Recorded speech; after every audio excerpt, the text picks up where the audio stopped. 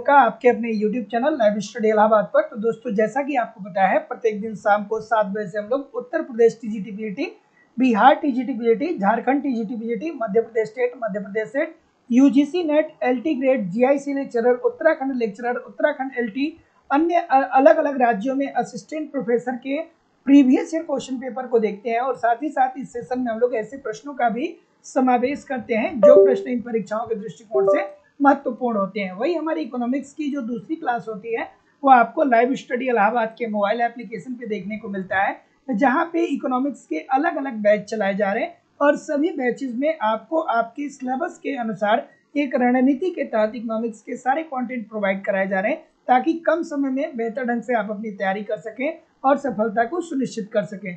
तो दोस्तों, live study Allahabad के मोबाइल एप्लीकेशन पे आपको उत्तर प्रदेश टीजीटी पीजीटी का बैच देखने को मिलेगा, बिहार टीजीटी पीजीटी का बैच देखने को मिल जाएगा, यूजीसी नेट के लिए आपको बैच देखने को मिलेगा, झारखंड में टीजीटी पीजीटी के लिए आपको बैच देखने को मिलेगा, मध्य प्रदेश में टेट और सेट के लिए आपको बैच देखने को मिलेगा, उत्तराखंड में लेक्चरर के लिए और एलटी के लिए आपको बिल्कुल नया बैच देखने को मिल जाएगा, उत्तर प्रदेश में एलटी ग्रेड, जीआईसी लेक्चरर और अलग अलग राज्यों में असिस्टेंट प्रोफेसर की जो परीक्षाएं होती हैं उसके लिए अलग अलग बैच भी आपको देखने को मिल जाएगा। साथ ही साथ में छत्तीसगढ़ में सेट की परीक्षा के लिए आपको अलग बैच देखने को मिल जाएगा और सभी बैचेज में आपको आपके सिलेबस के अनुसार इकोनॉमिक्स के सारे कॉन्सेप्ट सिंपल, सटीक और साधारण भाषा में पढ़ाए जाते हैं। इसकी लाइव क्लास होती है। इनकेस अगर जो लाइव क्लास में आप नहीं जुड़ पाते हैं तो बाद में आपको रिकॉर्डेड क्लास भी मिल जाता है, तो आप अपने समय के अनुसार कभी भी क्लासेस को देख सकते हैं। साथ ही साथ यहाँ पे आपको कंप्लीट इकोनॉमिक्स के नोट्स भी प्रोवाइड किए जा रहे हैं, ताकि आप एक तरफ कॉन्सेप्ट को पढ़िए और दूसरे तरफ नोट्स के माध्यम से अपना रिवीजन करते रहिए, ताकि कुछ भी आपको भूले नहीं। साथ ही साथ आपको यहाँ पे टेस्ट सीरीज दिया जा रहा है, सप्ताह में 1 या 2 ही टेस्ट दीजिए। और जब आप टेस्ट दीजिए तो इस बात को भी समझिए कि जो आपने टेस्ट दिया है वहाँ पे कहाँ से प्रश्न गलत हो रहे हैं। जो आपने टोटल क्वेश्चन अटेम्प्ट किए हैं तो किस प्रकार के प्रश्न गलत हो रहे हैं, जहाँ से भी प्रश्न गलत हो रहे हैं उसके कॉन्सेप्ट को पढ़िए, फिर अगला टेस्ट दीजिए, जिससे आपकी एक्यूरेसी बेहतर हो सकती है। और एग्जामिनेशन हॉल में बहुत सारे लोग बोलते हैं ना कि सर प्रश्न तो आसान थे फिर भी पता नहीं क्यों नहीं हो पाया, गलत हो गया। तो दोस्तों, इसीलिए होता है क्योंकि आप टेस्ट सीरीज दे करके उस तरीके की प्रैक्टिस करके एग्जामिनेशन हॉल में नहीं जाते हैं। तो मेरे द्वारा आपको यहाँ पे पूरा टेस्ट सीरीज भी दिया जा रहा है, आपको प्रीवियस ईयर के क्वेश्चन पेपर भी दिए जा रहे हैं। डायरेक्टली इनडायरेक्टली बहुत सारे क्वेश्चन प्रीवियस ईयर से पूछे जाते हैं और करंट की भी क्लासेज आपको करवा दी जाती है। सब कुछ कवर कराना हमारी जिम्मेदारी है। अगर जो आप ईमानदारी से अच्छे से YouTube पे और एप्लीकेशन पे दोनों जगह पे इस सारे कंटेंट को एक ठीक तरीके से फॉलो करते हैं, इस प्रोसेस को अपनाते हैं, तो निश्चित समय में, बहुत ही कम समय में बेहतर ढंग से आप इकोनॉमिक्स को सीख सकते हैं, समझ सकते हैं और सफलता सुनिश्चित कर सकते हैं। अगर जो कोर्स की वैलिडिटी की बात करें तो सबसे बड़ी बात तो यह है कि कोर्स की वैलिडिटी आपको लाइफ टाइम दी जा रही है। इट मीन्स अगर जो आप एक बार एडमिशन लेते हैं तो वर्तमान परीक्षा में तो आप पढ़ेंगे ही पढ़ेंगे, साथ ही साथ इन फ्यूचर में जब भी कोई नई वैकेंसी आएगी और उसके लिए जब भी कोई नया बैच प्रारंभ होगा आपको ऑटोमेटिक नए बैच में ऐड कर दिया जाएगा, आपको अलग से फीस पेमेंट करने की जरूरत नहीं होगी। एडमिशन फीस केवल और केवल 2000 रुपये है। तो सिंपली एडमिशन लेने के लिए आप चाहें तो अपनी फीस इस नंबर पे सबमिट कर सकते हैं, गूगल पे, फोन पे या पेटीएम के माध्यम से, और इसका स्क्रीनशॉट आपको इसी व्हाट्सएप नंबर पे सेंड करना होगा। किसी भी प्रकार की इंक्वायरी के लिए इस नंबर पे आप कॉल कर सकते हैं या व्हाट्सएप मैसेज कर सकते हैं। डिस्क्रिप्शन बॉक्स में आपको लाइव स्टडी का मोबाइल एप्लीकेशन भी मिल जाएगा।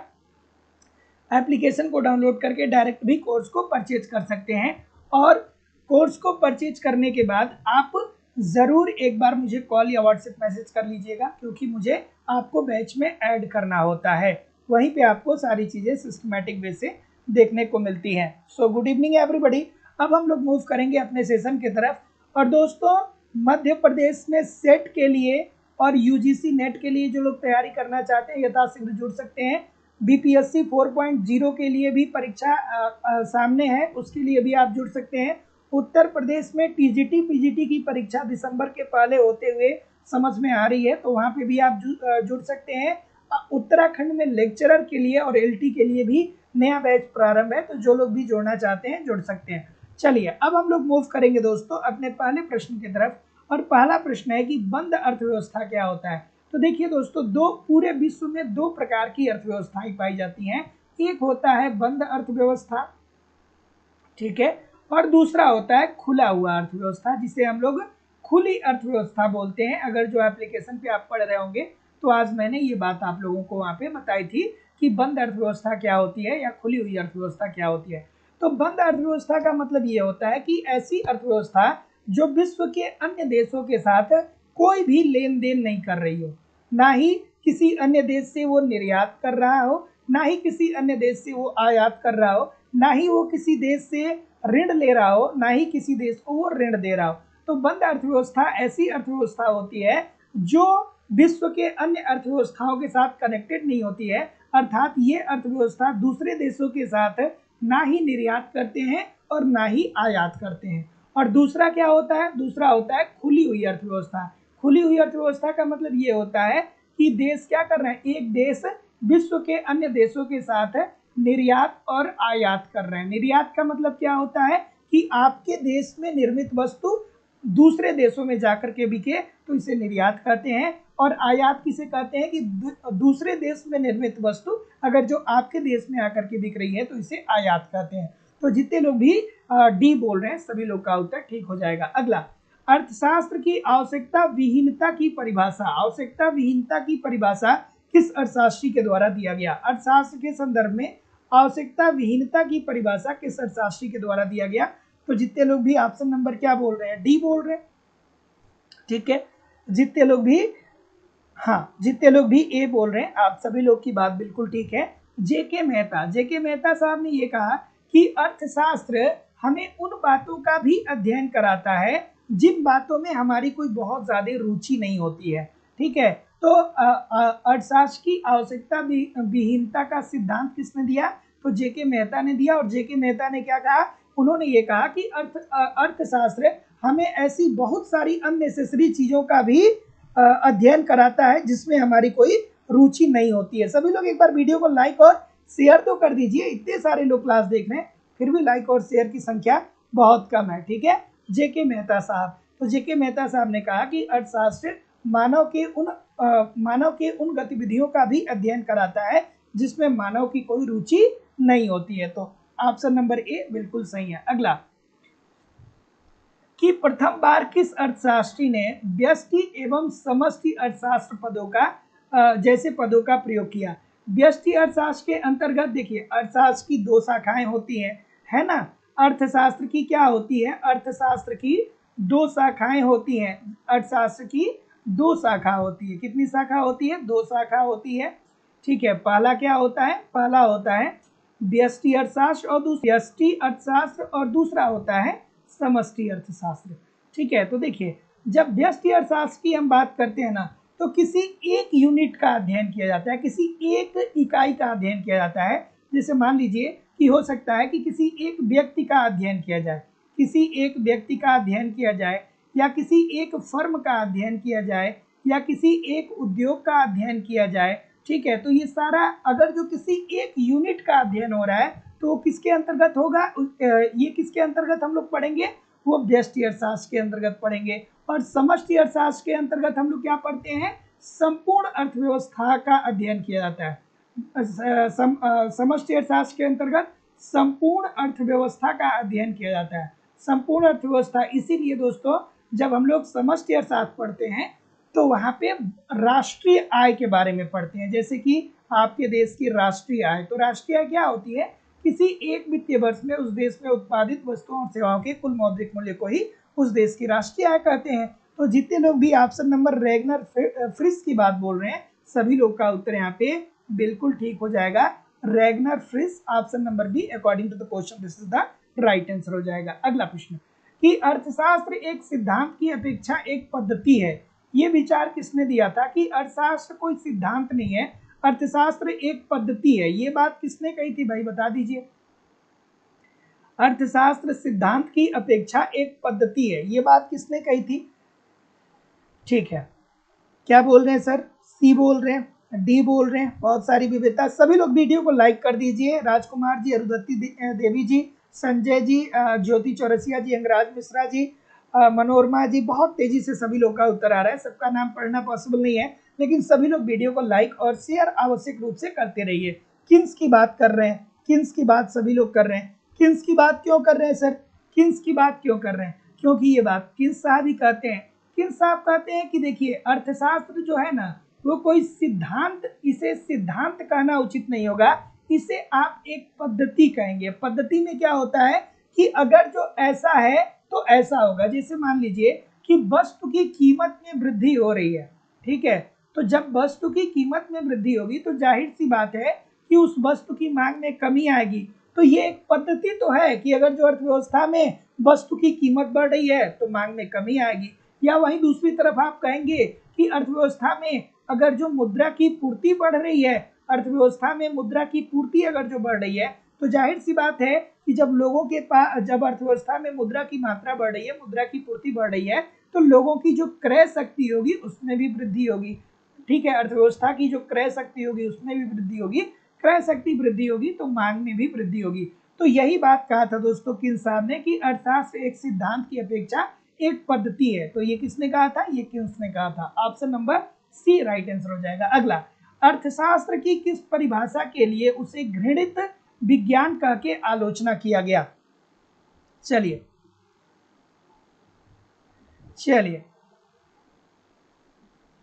आवाज स्लो आ रही है आप लोगों को? आवाज स्लो आ रही है क्या सर? कमेंट करके बताइए कि आवाज स्लो आ रही है क्या। सभी लोग एक बार कमेंट करके बताइए कि आवाज आपकी आपको आवाज स्लो आ रही है क्या, या ठीक है? स्लो आ रही है, अच्छा। क्या बोल रहे हैं सर? तो देखिए, जो जब प्रतिष्ठित अर्थशास्त्री आए, खास करके जब एडम स्मिथ को आप पढ़ते हैं, तो एडम स्मिथ को आप पढ़ते हैं ना, एडम स्मिथ को आप पढ़ते हैं, तो एडम स्मिथ साहब ने क्या कहा था? एडम स्मिथ साहब ने कहा था कि अर्थशास्त्र धन का अध्ययन है। अर्थशास्त्र धन का अध्ययन है। अर्थात अर्थशास्त्र के अंतर्गत धन का अध्ययन किया जाता है, अर्थात मुद्रा का अध्ययन किया जाता है। ठीक है, लेकिन जब एडम स्मिथ के बाद अन्य अर्थशास्त्री आए, जैसे खास करके अगर जो मार्शल की बात करें, तो मार्शल ने कहा कि अर्थशास्त्र जो है ना वो केवल धन का अध्ययन नहीं है। उन्होंने ये कहा कि धन मनुष्य के कारण है, मनुष्य धन के वजह से नहीं है। ठीक है, तो जब मार्शल साहब आए तो एडम स्मिथ साहब की आलोचना करते हुए ये कहे कि धन का अस्तित्व मनुष्य के कारण से है, मनुष्य है इस कारण, मार्शल ने कहा कि धन जो है, धन साधन मात्र है, धन साधन मात्र है, ठीक है, यह साध्य नहीं है,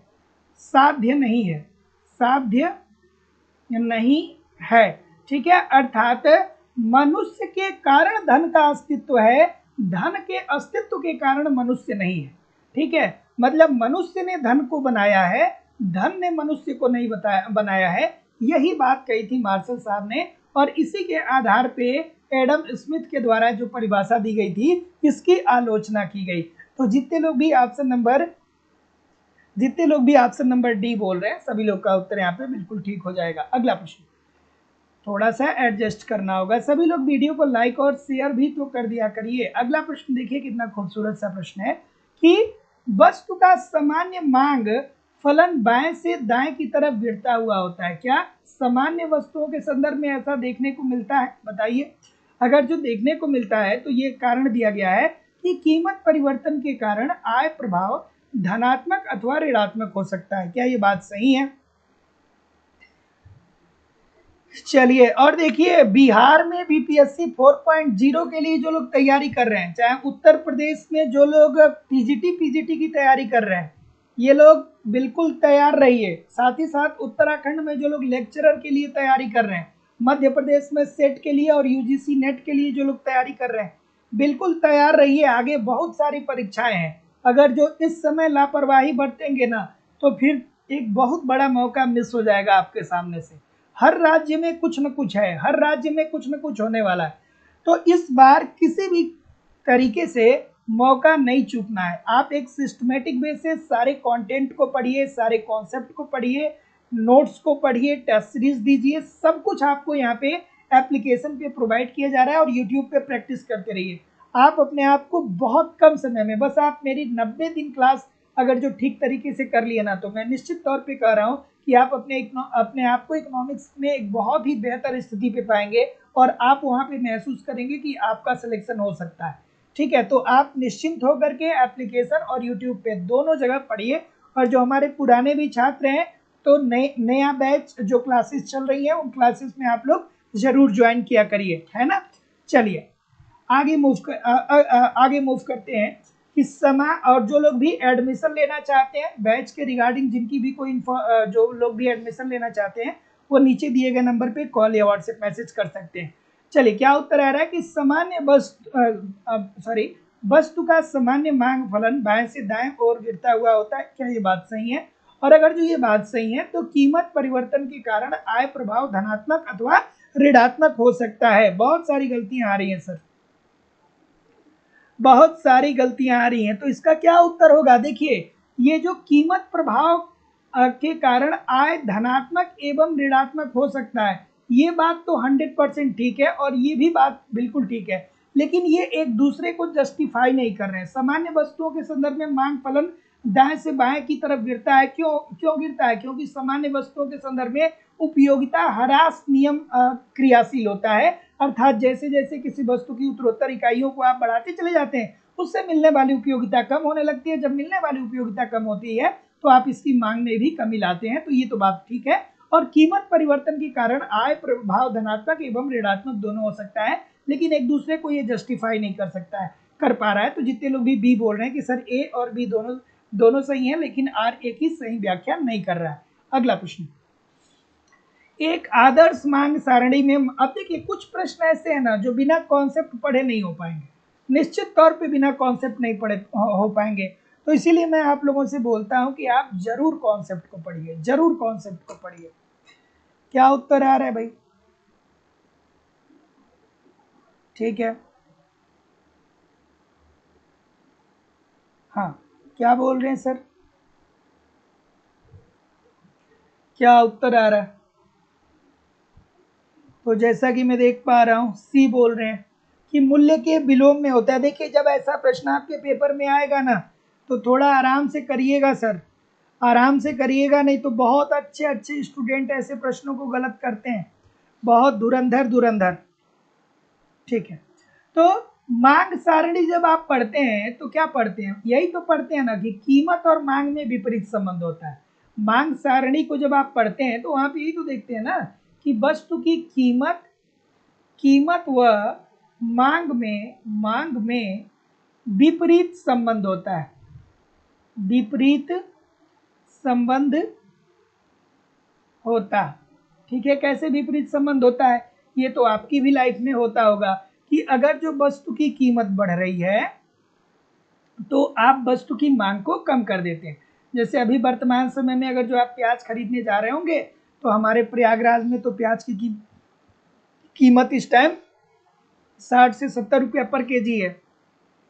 लेकिन जब प्याज की कीमत 20 रुपया पर केजी होता है ना, तो अमूमन लोग मार्केट जाते हैं तो 5 केजी प्याज खरीद लेते हैं। लेकिन अगर जो प्याज की कीमत 70 रुपया हो जाए या 100 रुपया पर केजी हो जाए, तब आप ऐसी स्थिति में 5 केजी प्याज नहीं खरीदेंगे। ठीक है, बिल्कुल नहीं खरीदेंगे।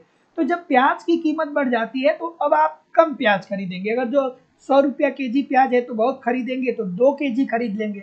लेकिन जब 20 रुपया पर केजी था तो आप 5 किलो खरीद रहे थे या 5 केजी खरीद रहे थे। इट मीन्स कि अगर जो वस्तु की कीमत बढ़ती है तो आप उसकी मांग को कम कर लेते हैं, या वहीं दूसरी तरफ अगर जो किसी वस्तु की कीमत में कमी आ जाती है, मान लीजिए कि प्याज अगर जो 10 रुपया पर केजी हो जाए तो आप जाएंगे तो 10 केजी प्याज खरीद लाएंगे मार्केट से, अर्थात मांग में वृद्धि कर देंगे। तो जितने लोग भी ऑप्शन नंबर सी बोल रहे हैं कि मूल्य के विलोमानुपात में होता है, सभी लोग का उत्तर यहाँ पे बिल्कुल ठीक हो जाएगा। अगला,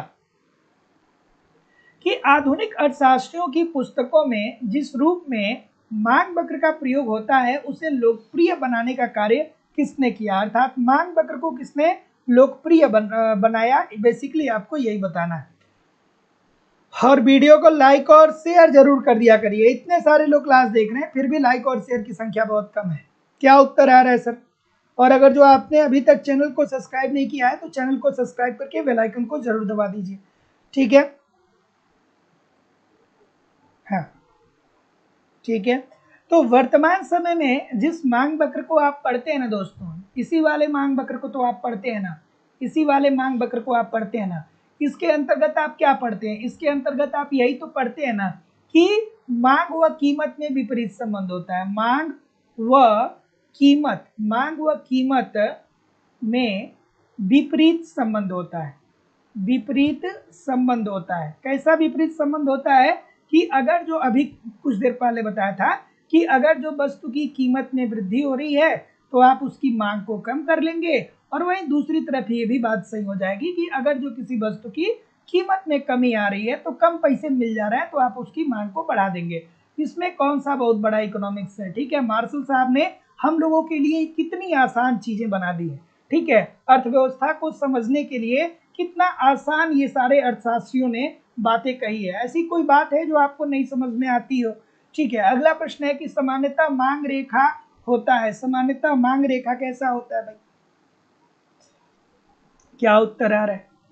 सभी लोग लाइक और शेयर जरूर करते रहा करिए सर। चैनल पे सब्सक्राइब नहीं किए हैं, अगर जो चैनल पे नए हैं तो चैनल को सब्सक्राइब कर लीजिएगा। क्या उत्तर आ रहा है? सामान्यतः मांग रेखा होता है। और देखिए ये सारे प्रश्न आपके परीक्षा में पूछे जाएंगे, एक बात समझ लीजिएगा। आप निश्चित तौर पे जब पेपर देने बैठेंगे ना, आप चाहे कोई भी परीक्षा, चाहे उत्तर प्रदेश, बिहार, झारखंड, मध्य प्रदेश, राजस्थान, आप चाहे छत्तीसगढ़ से हैं, चाहे मध्य प्रदेश से, किसी भी राज्य से हैं, अगर जो आप अपने राज्य में परीक्षा देने जाएंगे तो मैं इतना आप लोगों को प्रैक्टिस करा देता हूँ, इतने सारी चीज़ों को करवा देता हूँ कि मैक्सिमम चीज़ें आपको यहीं से मिल जाएंगी। क्योंकि हम लोग एक दिन नहीं पढ़ते हैं, हम लोग रोज मेहनत करते हैं, ईच एंड एवरी डे मेहनत करते हैं, और मेहनत के द्वारा जिंदगी में कुछ भी हासिल किया जा सकता है। बशर्ते धैर्य बना करके मेहनत करिए। जिंदगी में कुछ भी हासिल करना नामुमकिन नहीं है, बस आपके प्रयास बेहतर होने चाहिए। चलिए तो देखिए सामान्यतः मांग रेखा क्या होता है, तो बच्चों वाला प्रश्न है कि नहीं है? बिल्कुल ठीक है। सामान्यतः मांग रेखा नीचे कैसा होता है, दाईं तरफ से नीचे बाईं तरफ गिरता हुआ होता है। क्यों गिरता हुआ होता है? क्योंकि यहाँ पे सीमांत उपयोगिता ह्रास नियम लागू होता है। और सीमांत उपयोगिता ह्रास नियम लागू होता है, इसका मतलब क्या होता है कि जैसे जैसे किसी वस्तु की उत्तरोत्तर इकाइयों को आप बढ़ाते चले जाते हैं ना, उससे मिलने वाली उपयोगिता कम होने लगेगी। और जब उससे मिलने वाली उपयोगिता कम होने लगेगी तो जाहिर सी बात है कि आप उस वस्तु की मांग में क्या कर देंगे, कमी ला देंगे। ठीक है, और यही कारण होता है कि मांग बाएं से दाहिने ओर नीचे गिरता हुआ होता है, बाईं तरफ से नीचे दाहिनी तरफ मांग वक्र गिरता हुआ होता है। तो जितने लोग भी बी बोल रहे हैं सभी लोग का उत्तर बिल्कुल ठीक है। इस बात को आप समझ रहे हैं कि नहीं समझ रहे हैं? समझ पा रहे हैं कि नहीं समझ पा रहे हैं कि सामान्यतः मांग रेखा बाएं से दाहिनी तरफ गिरता है। बाएं से दाहिनी तरफ गिरने का कारण क्या है? सीमांत उपयोगिता ह्रास नियम। और सीमांत उपयोगिता ह्रास नियम क्या कहता है कि जब आप किसी वस्तु की उत्तरोत्तर इकाइयों को बढ़ाते हैं, जैसे मान लीजिए कि आपके पास एक मोबाइल फोन है, तो पहला मोबाइल फोन जब आपके पास आएगा तो वो बहुत ज्यादा जरूरी होगा, आप उससे बात भी करेंगे, उससे आप पढ़ाई भी करेंगे, बहुत सारी चीजें करेंगे। लेकिन दूसरा फोन आएगा तो उतना महत्वपूर्ण नहीं हो जाएगा जितना पहला वाला था। फिर तीसरे नंबर का फोन खरीदेंगे तो वो और महत्वपूर्ण नहीं रह जाएगा। तो ऐसी स्थिति में एक सीमा के बाद जब किसी वस्तु की उत्तरोत्तर इकाइयों को बढ़ाते चले जाते हैं तो उससे उपयोगिता कम होने लगती है, और उससे उपयोगिता कम होने लगती है तो आप उसकी मांग में कमी ला देते हैं। और मांग में कमी आने के कारण ही मांग वक्र सामान्यतः बाएं से दाहिने तरफ नीचे की तरफ गिरता हुआ होता है।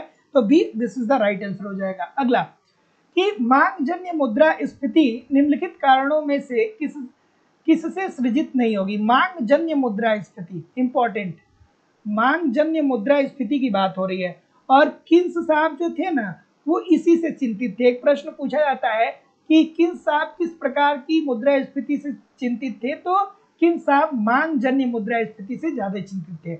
अब मांगजन्य मुद्रा स्फीति का मतलब क्या होता है? मांगजन्य मुद्रा स्फीति का मतलब ये होता है कि अर्थव्यवस्था में जब जनसंख्या बढ़ेगा तो जाहिर सी बात है जनसंख्या बढ़ने के कारण लोग अपने मांग को भी बढ़ाएंगे। ठीक है, लोग अपने, पहले क्या होता था, पहले संयुक्त परिवार होता था, एक परिवार में 30-30 लोग आज से पिछली वाली जनरेशन में रहते थे।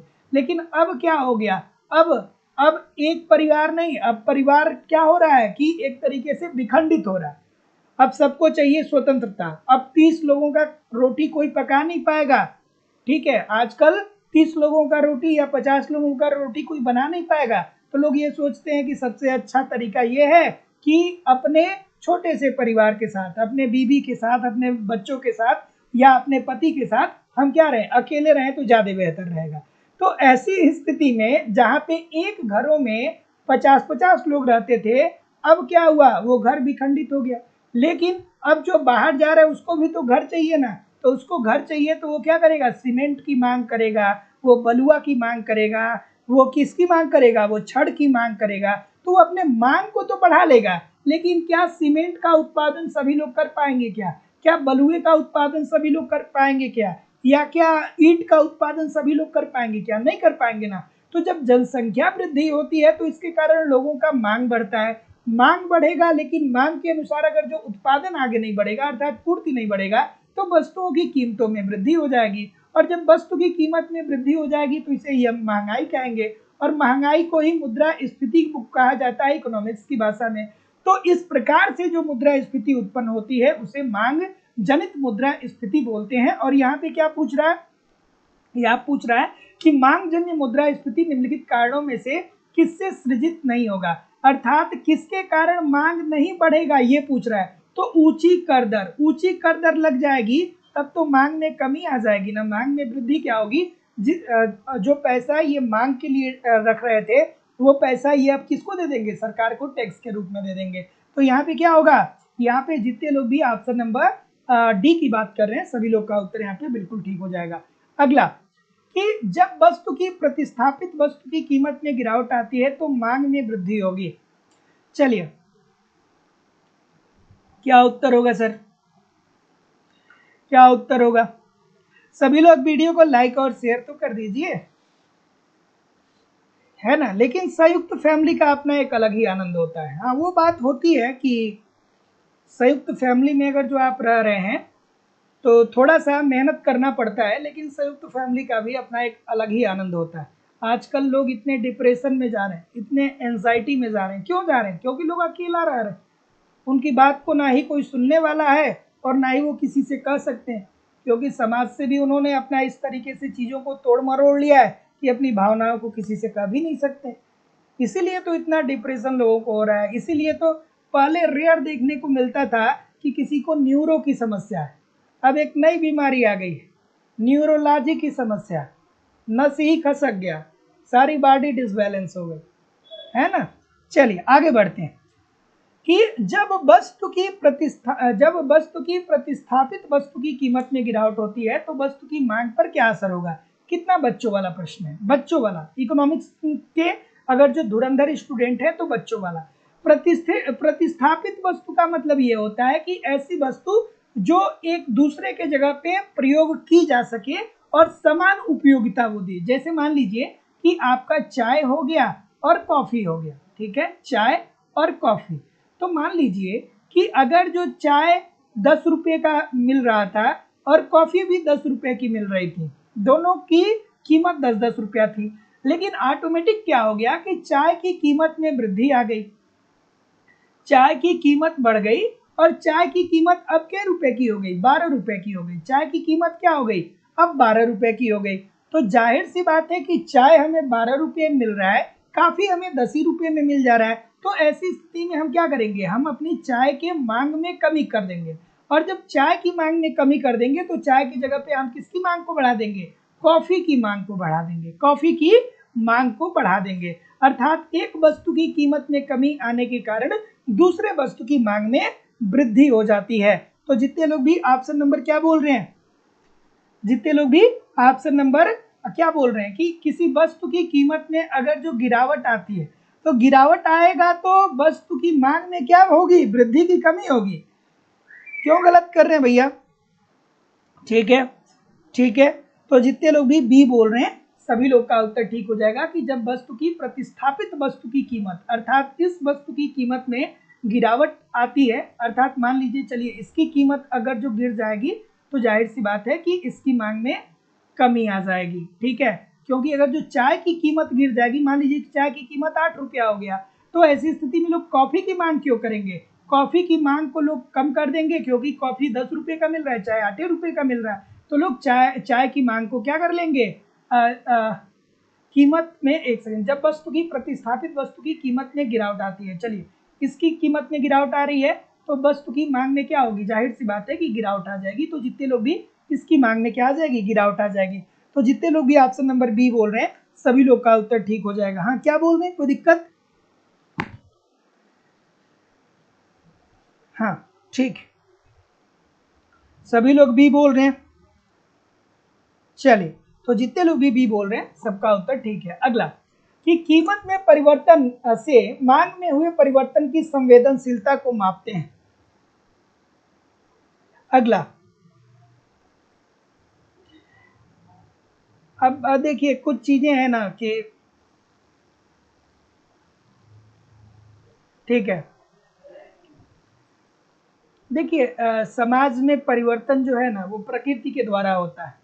जैसे बार बार लोग कहते हैं ना कि संयुक्त परिवार, संयुक्त परिवार, संयुक्त परिवार बहुत अच्छी बात है, लेकिन आजकल इतनी महंगाई हो गई है, जिस परिवार में अगर जो मान लीजिए कि 30 लोग हैं और उस परिवार में खेती नहीं होती है, और उस परिवार में अगर जो हरी सब्जी बनानी है, मान लीजिए नेनुआ बनाना है, ठीक है, जिसे कुछ लोग क्षेत्रीय भाषा में और भी अलग अलग नामों से जानते हैं, तो पर हेड हाफ केजी तो वो चाहिए ही खाने के लिए। ठीक है, तो अगर जो 30 लोग हैं तो कम से कम 15 किलो अब अगर तो कोई खरीद पाए ये सब्जी, तब ना परिवार, संयुक्त परिवार को चला पाएगा। एक टाइम खाने के लिए 15 किलो वो हरी सब्जी कोई खरीद पाए तब ना वो परिवार को चला पाएगा।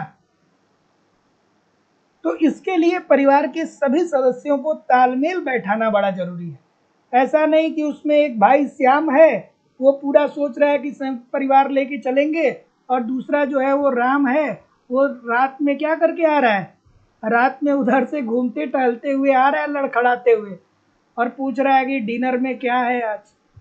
तो संयुक्त परिवार भी होने के लिए तालमेल होना जरूरी है। चलिए अगला, तो हर चीज को थोड़ा बहुत समझना भी जरूरी होता है। क्या उत्तर आ रहा है भाई? हालांकि ये समस्याओं को दूर किया जा सकता है अगर जो परिवार में अच्छा तालमेल हो तब। अगला प्रश्न, कि कीमत में हुए परिवर्तन से मांग में हुए परिवर्तन की संवेदनशीलता को क्या कहते हैं? तो जितने लोग भी ऑप्शन नंबर डी बोल रहे हैं कि मांग की लोच द्वारा मापा जाता है, तो मांग का लोच क्या होता है कि कीमत में अनुपातिक परिवर्तन अपन मांगी गई मात्रा में अनुपातिक परिवर्तन ही तो मांग की लोच कहलाता है। तो कीमत में परिवर्तन अपन मांगी गई मात्रा में अनुपातिक परिवर्तन ही तो मांग की लोच कहलाता है। तो यही तो पूछ रहा है कि कीमत में हुए परिवर्तन से मांग में हुए परिवर्तन की संवेदनशीलता को मांग की लोच के द्वारा मापा जाता है। अगला प्रश्न, क्षैतिज मांग वक्र का तात्पर्य यह है कि, क्षैतिज मांग वक्र का तात्पर्य क्या होता है? क्षैतिज मांग वक्र का तात्पर्य क्या होता है? क्या उत्तर होगा भाई? क्षैतिज मांग वक्र, क्षैतिज मांग वक्र का तात्पर्य होता है, क्या होता है भाई? तो जैसा कि मैं देख पा रहा हूं, हाँ, सभी लोग वीडियो को लाइक और शेयर भी तो कर दिया करिए। इतने सारे लोग क्लास देख रहे हैं फिर भी लाइक और शेयर की संख्या बहुत कम है। क्षैतिज मांग वक्र का मतलब क्या होता है? बी डी इतनी सारी गलती क्यों आ रही है भाई? ठीक है, ठीक है, ठीक है, तो जब किसी वस्तु की कीमत में जब किसी वस्तु की कीमत एक जैसी ही है लेकिन फिर भी उसकी मांगी गई मात्रा में परिवर्तन होता है, तभी हम क्या बोलते हैं दोस्तों कि मांग वक्र क्षैतिज है। और ये बेसिकली कैसे निकाला जाता है? तो आप कहेंगे कि सर जी इधर उद्योग रख दीजिए, उद्योग मांग व पूर्ति की शक्तियों के आधार पे कीमतों का निर्धारण करता है। ये उद्योग हो गया, ठीक है सर, और ये हो गया कोई एक फर्म। तो उद्योग क्या करता है कि मांग व पूर्ति की शक्तियों के आधार पे कोई एक कीमत का निर्धारण करता है, और इसी कीमत पे कोई एक व्यक्तिगत फर्म जितनी क्वांटिटी में चाहे उतनी क्वांटिटी में वस्तुओं को मार्केट में बेच सकती है।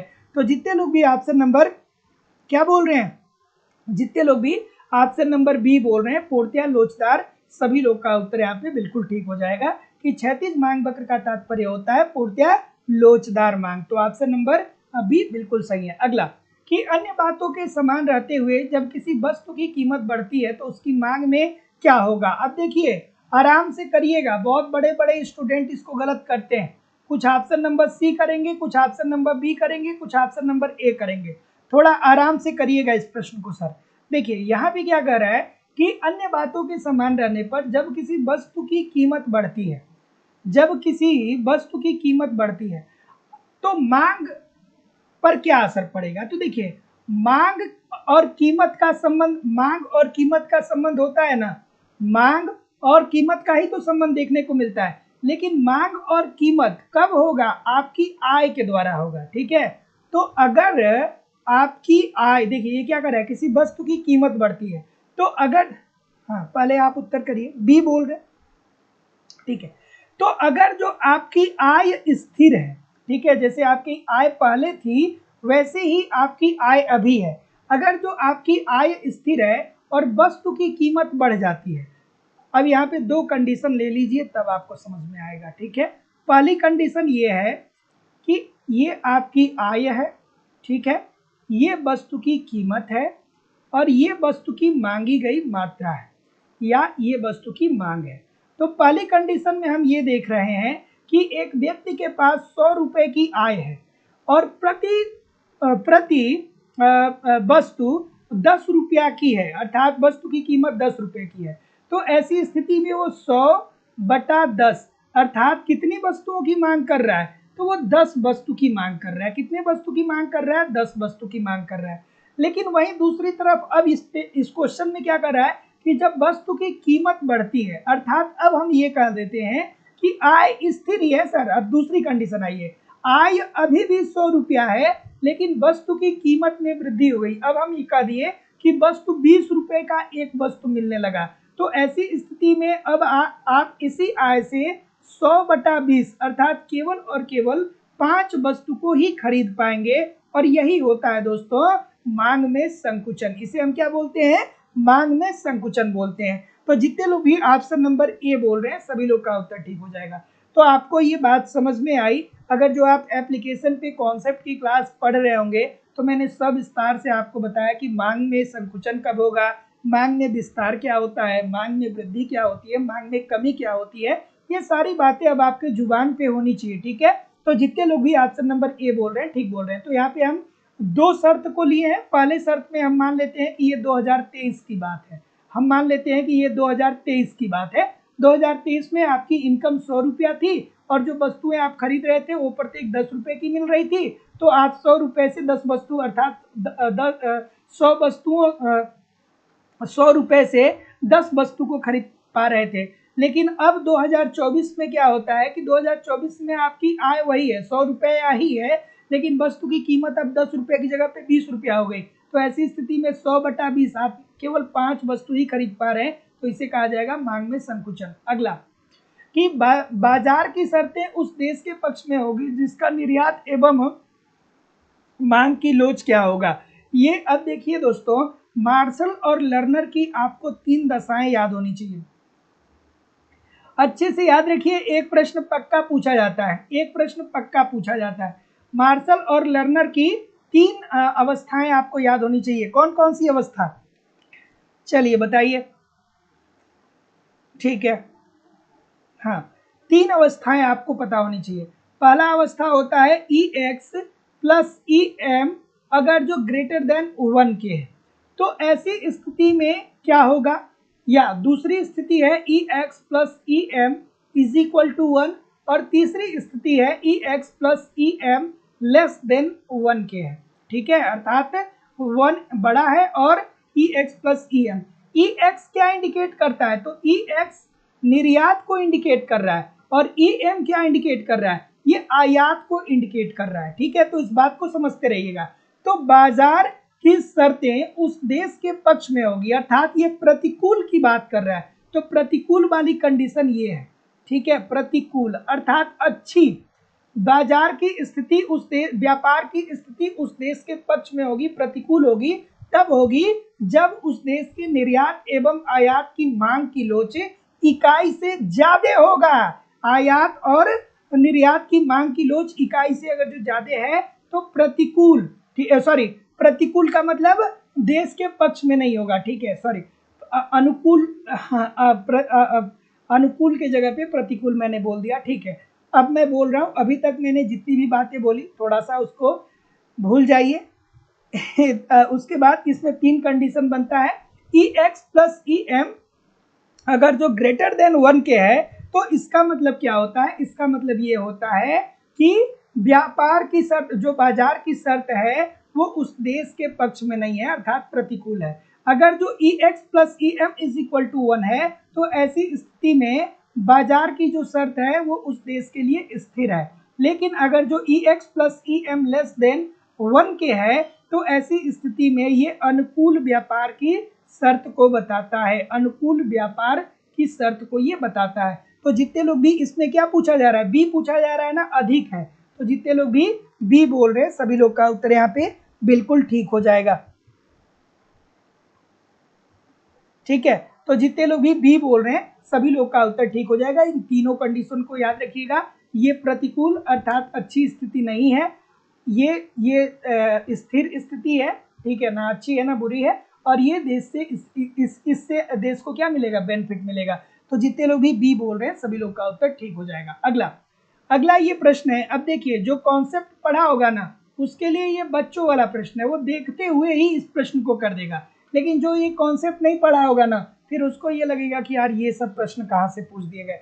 तो दोस्तों आप लोगों की इकोनॉमिक्स की दूसरी क्लास लाइव स्टडी इलाहाबाद के मोबाइल एप्लीकेशन पे होती है, जहाँ पे इकोनॉमिक्स के अलग अलग बैच चलाए जा रहे हैं और सभी बैचेज में आपको आपके सिलेबस के अनुसार इकोनॉमिक्स के सारे कंटेंट दिए जा रहे हैं, जहाँ पे आपको कंप्लीट इकोनॉमिक्स आपके सिलेबस के अनुसार पढ़ाया जा रहा है। इसकी लाइव क्लास होती है, इनकेस लाइव क्लास में आप नहीं जुड़ पाते हैं तो बाद में आपको रिकॉर्डेड क्लास भी मिल जाएगा, तो आप अपने समय के अनुसार कभी भी क्लास को ज्वाइन कर सकते हैं। साथ ही साथ कंप्लीट आपको इकोनॉमिक्स का नोट्स भी दिया जा रहा है। एक तरफ आप क्लासेस को देखते रहिए, दूसरे तरफ नोट्स के माध्यम से अपना रिवीजन करते रहिए, ताकि पीछे के टॉपिक आपको भूले भी नहीं और आगे की टॉपिक आपके तैयार होते जाए। फिर आपको टेस्ट सीरीज दिया जा रहा है, समय समय पे आप टेस्ट दीजिए, देखिए कि गलती कहाँ पे हो रही है, गलती क्यों हो रही है, जहाँ पे भी गलती हो रही है उसके कॉन्सेप्ट को पढ़िए, गलती क्यों हो रही है उस गलती को सुधार करिए, फिर अगला टेस्ट दीजिए।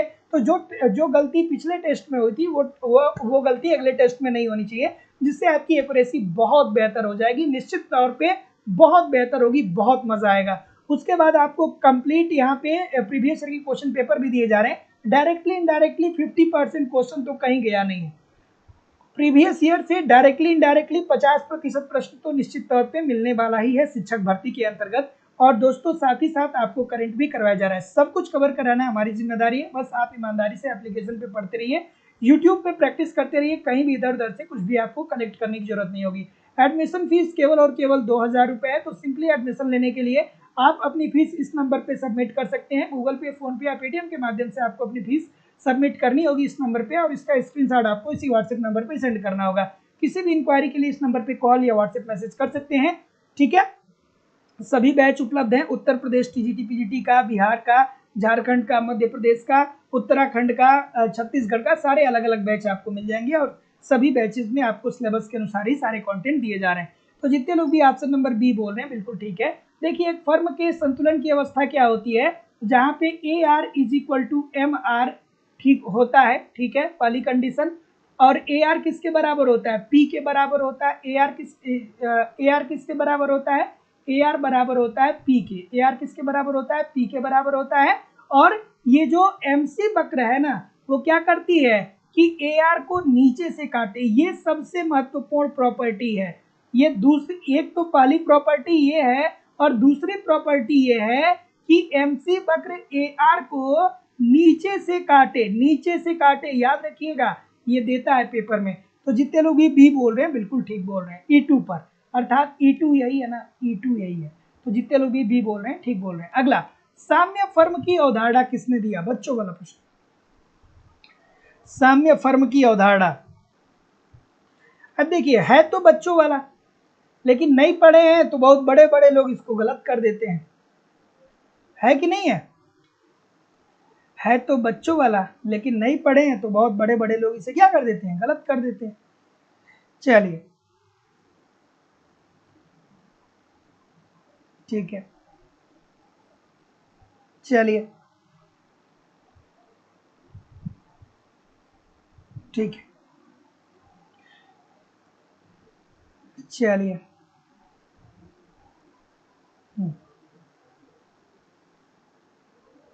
देखिए, तो पीकू साहब एक लाइन की बात, एक लाइन क्या कई सारी लाइन बोलते हैं, मैं एक लाइन में आपको बता दे रहा हूं। पीकू साहब का ये कहना है कि किसी अर्थव्यवस्था अगर जो किसी अर्थव्यवस्था में उद्योग संतुलन की स्थिति में विद्यमान है, तो ऐसा संभव नहीं है कि जो फर्म है वो सभी फर्में संतुलन की अवस्था में भी हो। ठीक है, तो देखिए ध्यान से सुनिएगा, बहुत अच्छी बात है और इंपॉर्टेंट चीज है। पीगू साहब ने साम्य फर्म की अवधारणा देते हुए ये बताया, देखिए फर्म और उद्योग अलग होता है। उद्योग क्या है, जैसे हम देखिए उद्योग और फर्म में पहले अंतर समझिए। बहुत सारे बच्चों को नहीं आता है तो बता देता हूं भाई, ठीक है, नहीं तो कहेंगे कि सर जी समझ में नहीं आता है। जैसे मान लीजिए कि ये हम साबुन उद्योग की बात कर रहे हैं, साबुन उद्योग, तो साबुन उद्योग में लक्स भी है, लाइफ बॉय भी है, लक्स भी है, लाइफ बॉय भी है, डब भी है, और कौन सा साबुन आता है, मान लीजिए पतंजलि का आता है। तो ये सब संयुक्त रूप से क्या कहते हैं, ये उद्योग कहलाते हैं। अर्थात फर्मों के संगठन को ही उद्योग कहा जाता है। ठीक है, या सभी फर्मों के संगठन को ही उद्योग कहा जाता है। लेकिन एक फर्म क्या होगा, जैसे मान लीजिए हम कहें कि लाइफ बॉय, लाइफ बॉय क्या है, एक फर्म है, लाइफ बॉय क्या है, एक फर्म है। ठीक है, तो इसी संदर्भ में पीगू साहब ने ये कहा कि अगर कोई उद्योग साम्य की स्थिति में है तो ऐसा संभव नहीं है कि उस उद्योग में जितने भी फर्म है वो साम्य की स्थिति में भी हों। और साम्य की स्थिति ऐसी स्थिति होती है जहां पे किसी फर्म को अपने उत्पादन में ना ही कमी और ना ही वृद्धि करने की जरूरत पड़े। तो साम्य किसी फर्म के संदर्भ में साम्य की स्थिति एक ऐसी स्थिति है जहां पे फर्म को ना ही अपने उत्पादन में कमी करने के लिए सोचना पड़े और ना ही अपने उत्पादन में वृद्धि करने के लिए सोचना पड़े। तो ऑप्शन नंबर ए बिल्कुल ठीक हो जाएगा। अगला, बाजार कीमत क्या होती है सर? लाइक और शेयर भी तो कर दिया करिए, इतने सारे लोग जुड़े हैं। सुनील कुमार जी, पूनम गुप्ता जी, सोनी शर्मा जी, शिवानी श्रीवास्तव जी, संध्या पांडे जी, रितु चौहान जी, अमरेश सिंह जी, रत्नेश कुमार जी, नवीता भट्ट जी, वृष्टि शर्मा जी, सतीश कुमार गुप्ता जी, विकास कुमार मिश्रा जी, राजन सिंह जी। और जो लोग भी एप्लीकेशन पे लाइव क्लास अभी नहीं ज्वाइन किया कर रहे हैं, ज्वाइन करिए, बहुत मजा आ रहा है। जितने बच्चे यहाँ जुड़ते हैं ना, लगभग उतने ही बच्चे वहाँ भी जुड़ रहे हैं। बहुत मज़ा आ रहा है इकोनॉमिक्स के कॉन्सेप्ट में। और जो बच्चे इकोनॉमिक्स की कॉन्सेप्ट की क्लास पढ़ रहे हैं उनको मैं क्या बोल रहा हूँ वो समझ में आ रहा होगा, है ना? मज़ा आ रहा है कि नहीं आ रहा है क्लास में? जो इकोनॉमिक्स के कॉन्सेप्ट की क्लास होती है बहुत मज़ा आ रहा होगा। बस आप निश्चिंत होकर के पढ़ते रहिए जैसे जैसे वहाँ पे चीज़ें करवाई जा रही हैं। हाँ, क्या उत्तर आ रहा है भाई? ऑप्शन नंबर, ठीक, तो जितने लोग भी ए बोल रहे हैं सबका उत्तर ठीक हो जाएगा। बाजार कीमत अल्पकालीन संतुलन कीमत भी कहलाती है। ठीक है, बाजार की पूर्ति में अगर जो थोड़ा भी परिवर्तन न किया जाए तो इसे हम क्या बोलते हैं दोस्तों, बाजार काल या अल्पकाल कहा जाता है या बाजार कीमत कहा जाता है। तो बाजार कीमत का आशय क्या होता है? अगर जो कोई आपसे कहे कि बाजार कीमत का मतलब क्या होता है, तो एक ऐसी अवस्था जहां पर पूर्ति को परिवर्तित न किया जा सके, पूर्ति में परिवर्तन नहीं किया जा सके। जैसे हम आपको उदाहरण के तौर पे बताऊं कि मछली की मंडी, जैसे मछली की मंडी, मछली की मंडी, मछली की मंडी, मछली की मंडी जो है, मछली की मंडी बस लिख लीजिए, ठीक है। मछली की मंडी ये क्या है? ये बाजार कीमत का उदाहरण है। और बाजार कीमत अति अल्पकालीन अति अल्पकालीन संतुलन कीमत होती है। अर्थात यहाँ पे एक उत्पादक या एक विक्रेता अपने पूर्ति में कोई भी परिवर्तन नहीं कर सकता है। जैसे मान लीजिए कि एक मछली बेचने वाला है तो वो क्या करता है, शाम को 4 से 5 बजे के करीब तालाब में जाता है, वहां से मछली निकालता है और फिर वो मार्केट में चला जाता है 5-6 बजे के करीब। तो 5 बजे से लेकर के 9 बजे तक वो मछली बेचता है। लेकिन अगर जो किसी कारणवश मान लीजिए कि किसी दिन मछली की मांग बहुत ज्यादा बढ़ जाए और वो 5 बजे दुकान खोलता है मछली बेचने के लिए और 7 बजे तक उसकी मछली बिक जाती है, तो क्या वो दोबारा मछली की मात्रा को और मछली की पूर्ति को बाजार में और बढ़ा सकता है? क्या वो अब उसके पास 2 घंटे का समय बचा है, क्या वो तालाब जा सकता है, तालाब से मछली निकाल करके पुनः मार्केट में आ सकता है? नहीं आ सकता।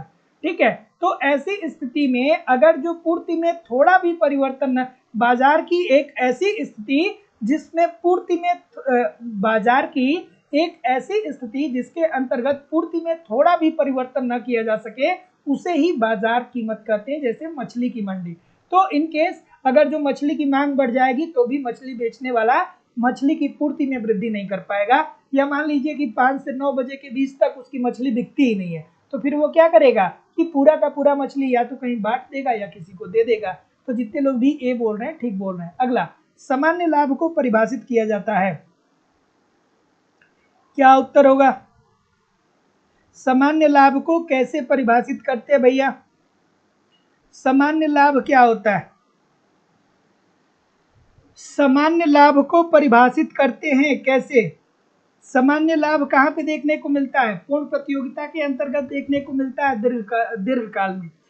पूर्ण प्रतियोगिता क्या होता है? तो पूर्ण प्रतियोगिता में बहुत सारे क्रेता होते हैं, बहुत सारे विक्रेता होते हैं, बाजार का ज्ञान सभी को होता है, समरूप वस्तुओं का उत्पादन होता है, मांग व पूर्ति की शक्तियों के आधार पर कीमतों का निर्धारण उद्योग के द्वारा किया जाता है और एक फर्म कीमत को स्वीकार करने वाली होती है, वो कीमत को निर्धारित नहीं करती है। तो क्या उत्तर आ रहा है सर कि सामान्य लाभ को कैसे परिभाषित करते हैं? तो सामान्य लाभ एक ऐसा लाभ होता है जो एक फर्म को वर्तमान व्यवसाय में बने रहने के लिए प्रोत्साहित करता है। ठीक है, सामान्य लाभ का मतलब क्या होता है? एक ऐसा लाभ जिसके कारण एक फर्म उद्योग में बना रहे, मतलब कम से कम उसे इतना लाभ मिले कि वो उत्पादन कर सके और ये सोचे कि चलिए भैया अगर जो अभी बहुत ज्यादा लाभ नहीं मिल रहा है तो भविष्य में चल करके हमें लाभ ज्यादा मिलेगा। तो डी बिल्कुल ठीक है। अगला, थोड़ा सा इसे एडजस्ट करना होगा, लाइक और शेयर भी तो कर दीजिए, इतने सारे लोग क्लास देख रहे हैं।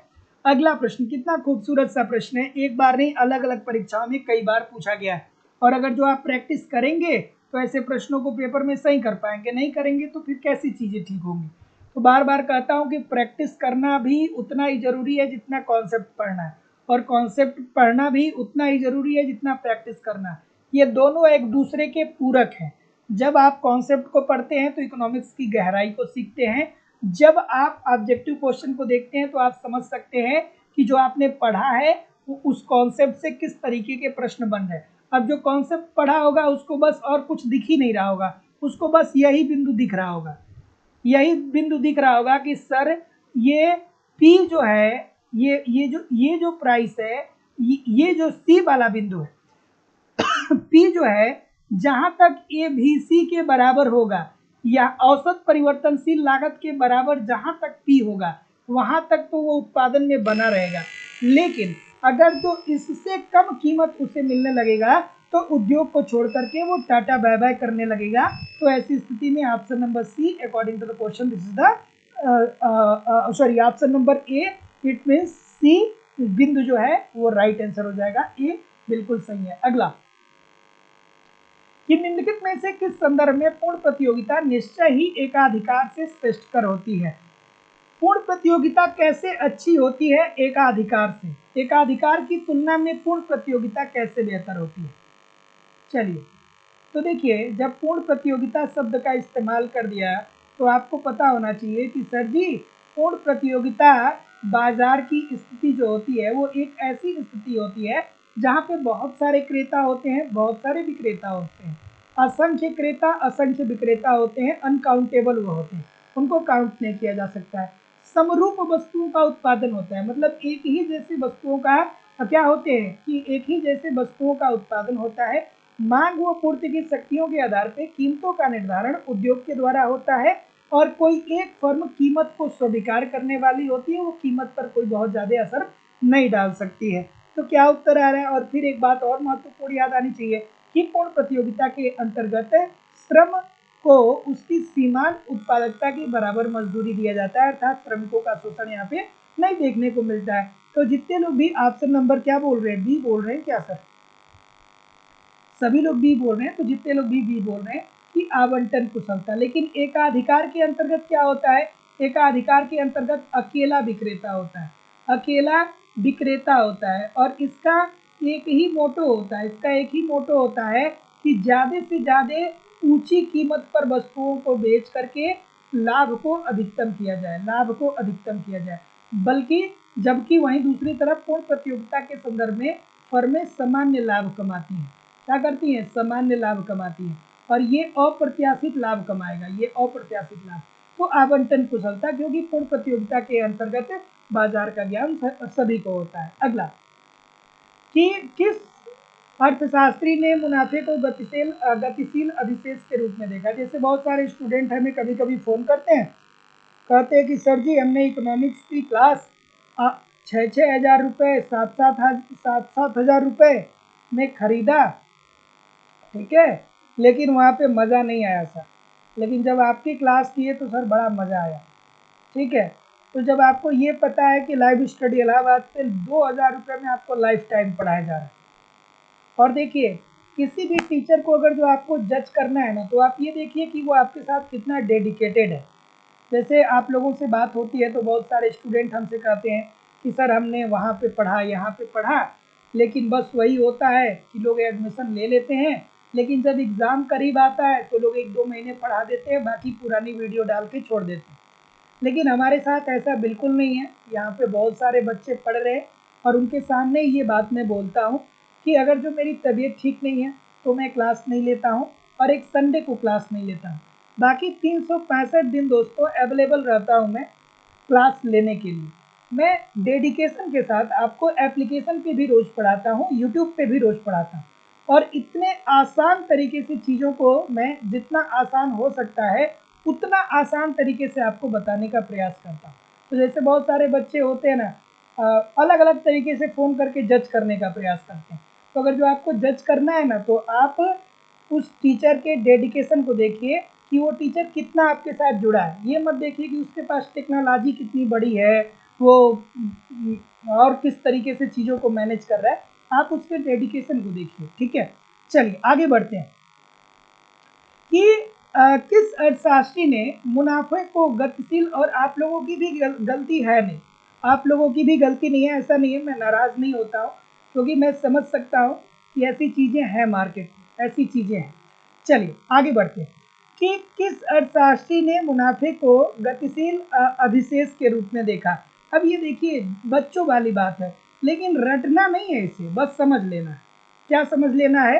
कि जेबी क्लार्क साहब ने ये कहा कि अर्थव्यवस्था में जो परिवर्तन होता है ना, उसी के कारण एक उद्यमी लाभ कमाता है, उसी के कारण एक उद्यमी मुनाफा कमाता है। अर्थव्यवस्था में अर्थव्यवस्था में परिवर्तन के कारण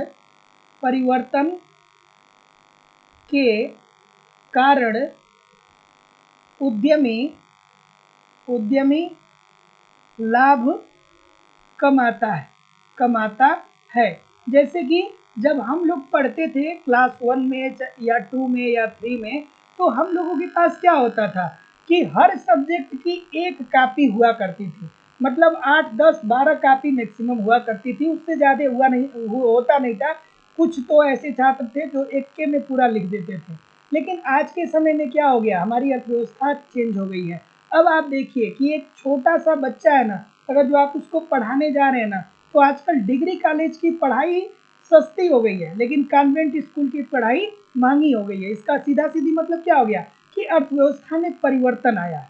आज से 30 साल पहले हमारी अर्थव्यवस्था अलग प्रकार की थी, और आज से उससे 30 साल बाद अर्थात वर्तमान समय में हमारी अर्थव्यवस्था अलग है। इसलिए जब अर्थव्यवस्था में परिवर्तन होता है तो उससे रोजगार में भी परिवर्तन होता है, उससे उत्पादन में भी परिवर्तन होता है, ठीक है, उससे लोगों की रुचि में भी परिवर्तन होता है, और इन सभी कारणों की वजह से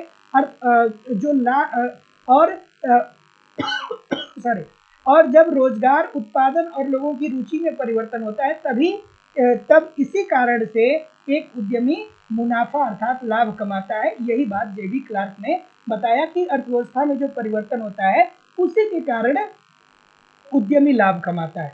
जैसे आज से 30 साल पहले हम लोग इतनी ज्यादा वस्तुओं का इस्तेमाल नहीं करते थे, ठीक है, किसी के पास ड्रेस होता था, किसी के पास ड्रेस नहीं होता था। लेकिन आज क्या है कि सैटरडे को बच्चा अलग ड्रेस पहनेगा, मंडे को अलग पहनेगा, ठीक है, ट्यूसडे को अलग पहनेगा, 3-4 प्रकार के उनके ड्रेस हैं। हम लोग के जमाने में क्या होता था, 1-2 है तो ठीक है, नहीं तो वही घर वाला पहन करके निकल गए, है ना। चलिए आगे बढ़ते हैं।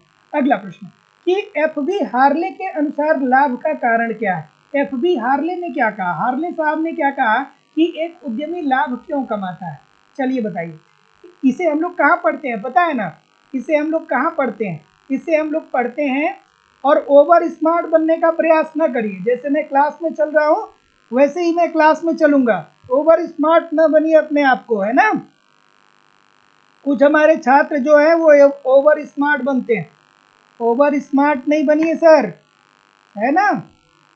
हो सकता है आपसे ज्यादा हम ओवर स्मार्ट हों, लेकिन जितना आप दिखाते हैं उतना आप नहीं दिखा पा रहे, है ना। ओवर स्मार्ट बनने का प्रयास ना करिए, जैसे मैं क्लास ले चल रहा हूँ वैसे आराम आराम से पढ़िए। कि एफबी हार्ले के अनुसार लाभ का कारण क्या है, तो लाभ का कारण क्या है भाई बी बोल रहे हैं। तो एफबी हार्ले साहब ने कहा कि एक उद्यमी जो जोखिम लेता है ना, उसी जोखिम लेने के कारण ही उसे लाभ की प्राप्ति होती है। जैसे मान लीजिए कि आप 1 लाख रुपए लिए और 1 लाख रुपए आप कहीं पे निवेश करने जा रहे हैं, 1 लाख रुपए से आप कहीं उत्पादन करने जा रहे हैं, तो आपको एक जोखिम होगा ना कि आप 1 लाख रुपया लगा रहे हैं, आप उत्पादन करेंगे तो पता नहीं भविष्य में आपके प्रोडक्ट मार्केट में बिकेंगे कि नहीं बिकेंगे, इससे लाभ मिलेगा कि नहीं मिलेगा, ठीक है, ऐसा होता है ना। तो जो आप जोखिम उठाते हैं उसी के प्रतिफल के रूप में ही आपको लाभ मिलता है। और ये बात किसने कही थी, एफबी हार्ले ने कहा था। तो जितने लोग भी बी बोल रहे हैं बिल्कुल ठीक बोल रहे हैं। अगला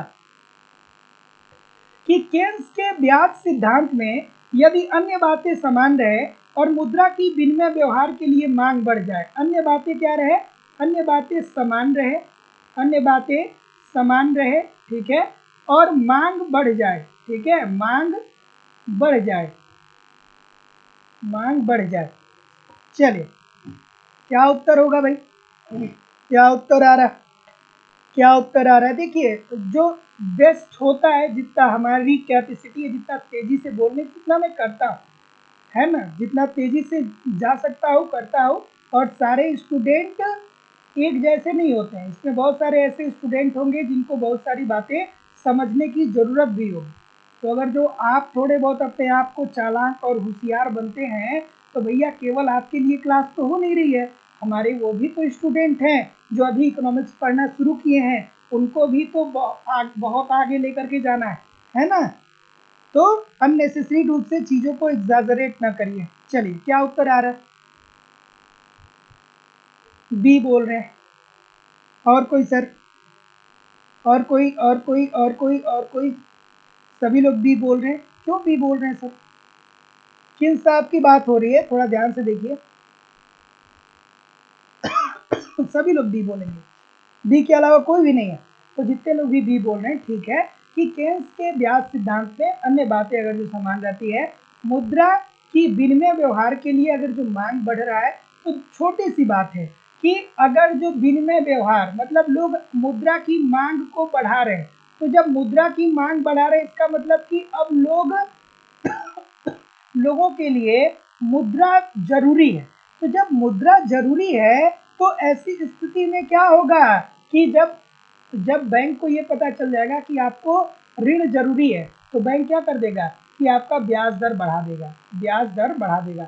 आप पढ़ते हैं ना कि अगर जो अर्थव्यवस्था में मुद्रा की पूर्ति बढ़ती है तो इससे क्या होगा, जब मुद्रा की पूर्ति बढ़ेगी सबके पास पैसा आ जाएगा, तो जब सबके पास पैसा आ जाएगा तो लोग ऋण नहीं लेंगे, ऋण नहीं लेंगे तो ब्याज दर कम हो जाएगा। या वही दूसरी तरफ जब अर्थव्यवस्था में मुद्रा की पूर्ति कम होती है, तो जब मुद्रा की पूर्ति कम होती है तो जाहिर सी बात है कि सभी लोग मुद्रा की मांग करने लगेंगे, जब मुद्रा की मांग करने लगेंगे तो ब्याज दर में क्या आ जाएगी, वृद्धि आ जाएगी।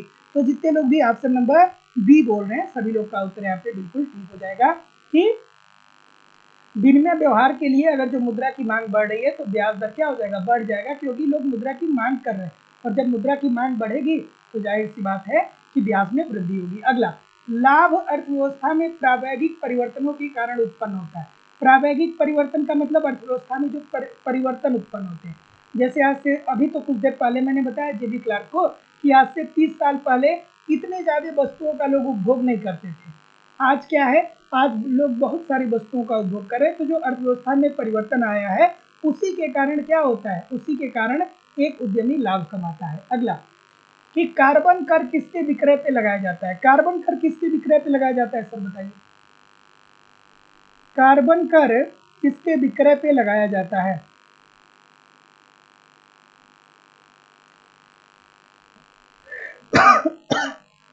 कार्बन कर किसके विक्रय पे लगाया जाता है। ऑप्शन नंबर तो देखिए, ठीक, तो देखिए एक शब्द थोड़ा याद रखिएगा, पूछा जाता है पिगुवियन कर क्या होता है, ये पूछा जाता है, ध्यान से सुनिए मेरी बात। पिगुवियन कर क्या होता है, पिगुवियन कर क्या होता है, ये भी शब्द का इस्तेमाल पूछा जाता है, ठीक है। तो कार्बन कर को ही पिगुवियन कर भी कहा जाता है, इस बात को ध्यान में से समझिएगा, ठीक है। कार्बन कर को ही पिगुवियन कर भी कहा जाता है, या कार्बन कर को ही पिगुवियन कर के रूप में भी जाना जाता है।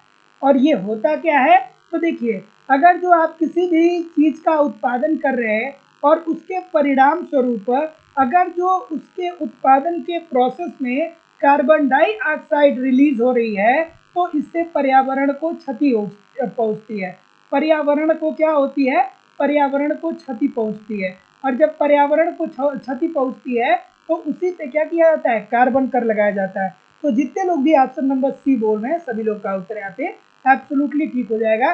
तो कार्बन कर किसके विक्रय पे लगाया जाता है, तो कार्बन डाइऑक्साइड के, और कार्बन डाइऑक्साइड क्या करता है, पर्यावरण को क्षति पहुंचाता है। अगला प्रश्न, हाँ, जो पॉल्यूशन फैलाते हैं उनके ऊपर। अगला, कि कर की दर एवं कर जनित आय के संबंध को प्रदर्शित करने वाला वक्र क्या कहलाता है। ठीक, चलिए चलिए, नविता भट्ट जी, राकेश विंद जी, वृष्टि शर्मा जी, नरेश महतो जी, पूजा मिश्रा जी, सदानंद मिश्रा जी, शिवानी श्रीवास्तव जी, किशोरी जी, ठीक है, ठीक है, भगवंती जी, सदानंद मिश्रा जी, सुमन शर्मा जी, नौसाद अली जी। इतना तेजी से आप लोग का उत्तर आ रहा है कि मैं कमेंट नहीं पढ़ पा रहा हूँ, ठीक है। फिर भी सभी लोग वीडियो को लाइक और शेयर जरूर कर दिया करिए, इतने सारे लोग क्लास देख रहे हैं फिर भी लाइक और शेयर की संख्या बहुत कम है, तो सभी लोगों से निवेदन है कि वीडियो को लाइक भी कर दीजिए और शेयर भी जरूर कर दीजिए, ठीक है। तो जितने लोग भी ऑप्शन नंबर डी बोल रहे हैं सभी लोग का उत्तर यहाँ पे बिल्कुल ठीक हो जाएगा, लेफर वक्र। और पूछा जाता है कि लेफर वक्र का आकार कैसा होता है, तो ये उल्टे यू आकार का होता है, इसको भी आप ध्यान से समझिएगा।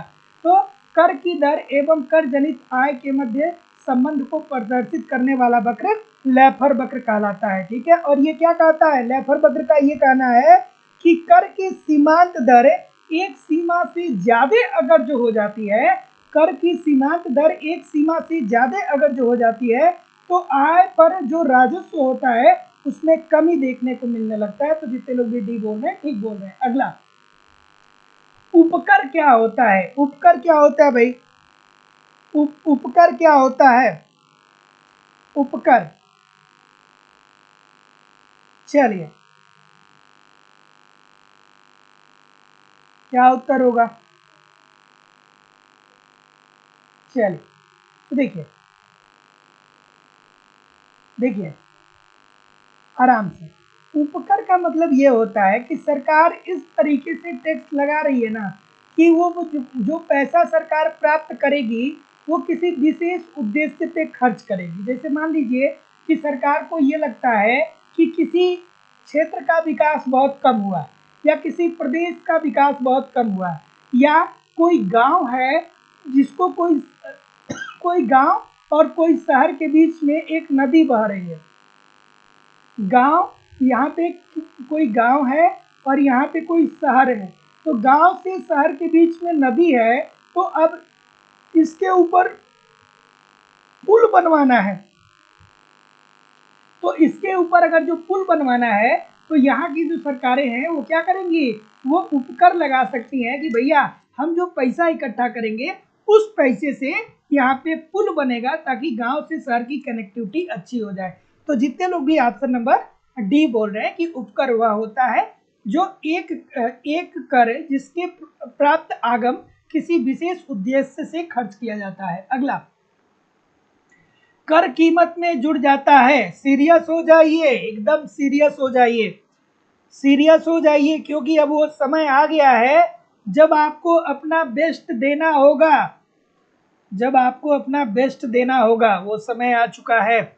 चलिए, क्या उत्तर आ रहा है कि कर कीमत में जुड़ जाता है, अर्थात कर कीमत में कब जुड़ेगा। देखिए, ये इतना महत्वपूर्ण प्रश्न है ना कि अक्सर आपके पेपर में देता है, एक प्रश्न जरूर देता है। तो देखिए दोस्तों, जब कर कीमत में तब जुड़ेगा जब पूर्तियां लोचदार होगा, अर्थात पूर्ति में परिवर्तन किया जा सके। ठीक है, तो जैसे मान लीजिए कि मैं आपको बताता हूं कि अमूल दूध है, ठीक है, अमूल दूध की कोई कंपनी है, कोई क्या है ही, ठीक है, अमूल दूध की कंपनी है, इसके ऊपर सरकार ने कर लगा दिया। तो मान लीजिए ये 60 रुपया पर लीटर के हिसाब से पहले बेच रहा था, पर लीटर के हिसाब से पहले बेच रहा था, सरकार ने इस पे एक टैक्स लगा दिया, 6 रुपया बढ़ा दिया। तो अब ये अमूल दूध वाला क्या करेगा कि ये जो सरकार ने टैक्स लगाया है ये उपभोक्ता के ऊपर डाल देगा, अर्थात ये 66 रुपये में अब दूध बेचेगा पर लीटर। क्यों बेचेगा, क्योंकि इसको पता है कि अमूल जो दूध की कंपनी है ना, ये अपने पूर्ति में भी परिवर्तन कर सकती है, ये उत्पादन में कमी या वृद्धि भी कर सकती है। तो जितने लोग भी बी बोल रहे हैं ठीक बोल रहे हैं। अगला प्रश्न कि कर अपवंचन से तात्पर्य है। कर अपवंचन क्या होता है, देखिए, कर कब क्रेता के ऊपर जाएगा, कब विक्रेता के ऊपर जाएगा, बहुत बार मैंने आपको ये बताया है। ठीक है, अगर जो मांग बेलोचदार होगी तो कर का पूरा भार कौन वहन करेगा, क्रेता वहन करेगा। और अगर जो पूर्ति में परिवर्तन हो सकता है, अर्थात पूर्ति अगर जो लोचदार है तो कर का पूरा भार कौन वहन करेगा, तो भी तब उपभोक्ता वहन करेगा। ठीक है, और बेलोचदार होगी तो भी उपभोक्ता अर्थात क्रेता ही वहन करेगा। ठीक है, और कब विक्रेता वहन करेगा, जब पूर्ति बेलोचदार हो, अर्थात वो पूर्ति में परिवर्तन न कर पाएगा, तब कर का भार विक्रेता वहन करेगा। अगला कि कर अपवंचन का तात्पर्य क्या होता है भाई, ये बोल रहे हैं सभी लोग। तो जितने लोग भी ये बोल रहे हैं कि गैर कानूनी तरीके से कर भुगतान न करने की कोशिश करना।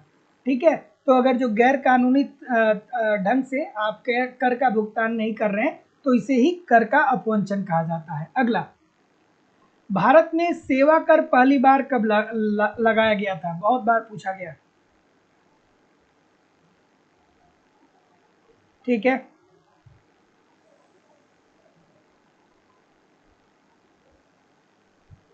चलिए, क्या उत्तर आ रहा है भाई।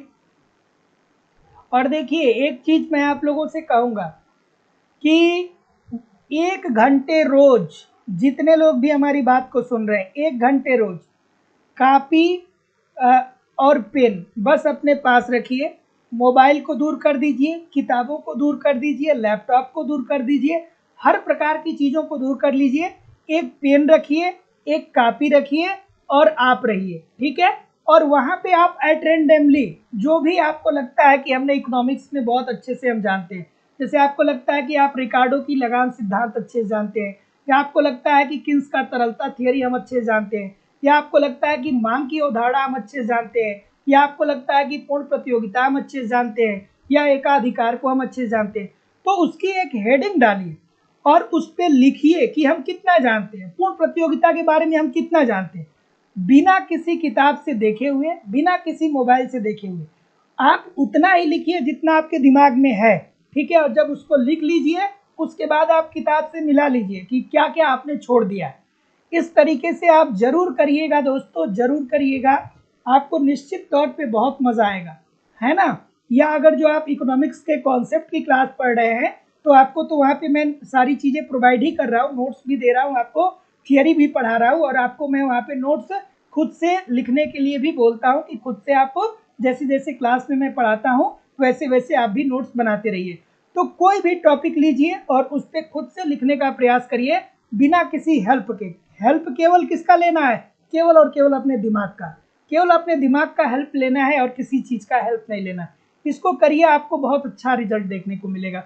क्या उत्तर आ रहा है सर? लेकिन मेहनत लगेगा, लेकिन मेहनत लगेगा इसमें, मेहनत लगेगा इसमें, आसान नहीं है, सभी नहीं कर पाएंगे। 50 में से 5 कर ले वही बहुत है, लेकिन 5 की ज़िंदगी बदल जाएगी। मतलब बदलने का मतलब कि वो इकोनॉमिक्स को और बेहतर ढंग से समझ सीख सकता है। चलिए, और जो लोग भी एडमिशन लिए हैं, बस जितनी चीज़ों को मैं पढ़ा रहा हूँ, जो कॉन्सेप्ट मैं दे रहा हूँ, जो नोट्स मैं दे रहा हूँ, उतना भी अगर जो आप ठीक तरीके से मैनेज कर ले रहे हैं तो आपकी परीक्षा में कुछ छूटने वाला नहीं है। ठीक है, तो आप बिल्कुल निश्चिंत रहिए। चलिए आगे बढ़ते हैं अगले प्रश्न की तरफ कि भारत में सेवा कर पहली बार कब लगाया गया? तो कहाँ पे आरंभ हुआ था भारत में सेवा? अच्छा, सेवा कर की बात करें तो इससे संबंधित समिति कौन थी? तो चिल्या समिति थी ना दोस्तों, याद है कि नहीं है? चिल्या समिति बनाई गई थी कि नहीं बनाई गई थी? चिल्या समिति बनाई गई थी कि नहीं बनाई गई थी? जरूर बनाई गई थी। किसके संदर्भ में? सेवा कर के संदर्भ में। और भारत में पहली बार जो सेवा कर लगाया गया था वो 1994-95 में लगाया गया था, और 3 प्रकार की सेवाओं पे लगाया गया था, टेलीफोन पे, सामान्य बीमा पे और स्टॉक ब्रोकर से। तो ब्रोकर पे, तो जितने लोग भी ऑप्शन नंबर बी बोल रहे हैं सभी लोग का उत्तर यहाँ पे बिल्कुल ठीक हो जाएगा। अगला कि राज्य सरकारों की आय का सबसे महत्वपूर्ण स्रोत क्या है? राज्य सरकार की आय का सबसे महत्वपूर्ण स्रोत, सभी लोग लाइक तो कर दीजिए, इतने सारे लोग क्लास देख रहे हैं फिर भी लाइक और शेयर की संख्या बहुत कम। सभी लोग एक बार वीडियो को लाइक और शेयर कर दीजिए। और जो लोग भी इकोनॉमिक्स के कॉन्सेप्ट की क्लास ज्वाइन करना चाहते हैं यथाशीघ्र ज्वाइन कर सकते हैं। आपको सभी बैचेज इकोनॉमिक्स में के मिलेंगे, सारे अलग अलग बैच मिलेंगे, और आपके सिलेबस के अनुसार ही सारी चीज़ें पढ़ाई जा रही है। कंप्लीट आपको कोर्स पढ़ाया जा रहा है, कंप्लीट आपको नोट्स दिया जा रहा है, टेस्ट सीरीज, प्रीवियस ईयर के क्वेश्चन पेपर और करंट लाइफ टाइम की वैलिडिटी के साथ सारी चीज़ें प्रोवाइड की जा रही हैं। एडमिशन फीस 2000 रुपये है। तो आपको एडमिशन लेना होगा तो आप नीचे दिए गए नंबर पे कॉल या व्हाट्सएप मैसेज कर सकते हैं। क्या उत्तर आ रहा है कि राज्य सरकारों की आय का सबसे महत्वपूर्ण स्रोत क्या है? तो कुछ लोग कह रहे हैं कि सर जी बिक्री कर। ठीक है, तो देखिए दोस्तों, राज्य सरकार की आय का सबसे बड़ा स्रोत वर्तमान समय में बिक्री कर है, बिक्री कर। उसके बाद दूसरे नंबर पे आता है मनोरंजन कर, मनोरंजन कर। ठीक है, ये भी पूछा जाता है कि मनोरंजन कर कौन वसूल करता है? तो ये भी राज्य सरकार ही करता है। जैसे आप अगर जो कभी मूवी देखने गए होंगे थिएटर में, सिनेमा हॉल में कभी गए होंगे, थिएटर में कभी गए होंगे, तो आपने टिकट खरीदा होगा, टिकट खरीदे होंगे तो उस पर टैक्स लगता है, तो वो मनोरंजन कर के अंतर्गत आता है। कभी आप सर्कस देखने गए होंगे, तो अगर जो आप सर्कस देखने गए होंगे तो वहाँ पे भी टिकट खरीदे होंगे, तो उस पर भी क्या लगता है कि उस पर भी मनोरंजन कर लगता है। अगला कि निम्नलिखित में से किसने कृषि जोत की कर की वकालत की है? एक बार नहीं अनेकों बार अलग अलग परीक्षाओं में पूछा गया। बच्चों वाला प्रश्न है, मैंने बहुत बार बताया है कि कृषि जोत से संबंधित कौन है भैया? निम्नलिखित में से किसने कृषि जोत कर अर्थात कृषि जोत कर की बात किसने किया था? तो प्रोफेसर एन राज के द्वारा किया गया था। अगला कि संपदा कर भारत में पहली बार किस वर्ष लागू हुआ? संपदा कर का मतलब क्या होता है? संपदा कर का मतलब क्या होता है? ये बात आपको समझ में आ रही है कि नहीं आ रही है? संपदा कर क्या होता है सर?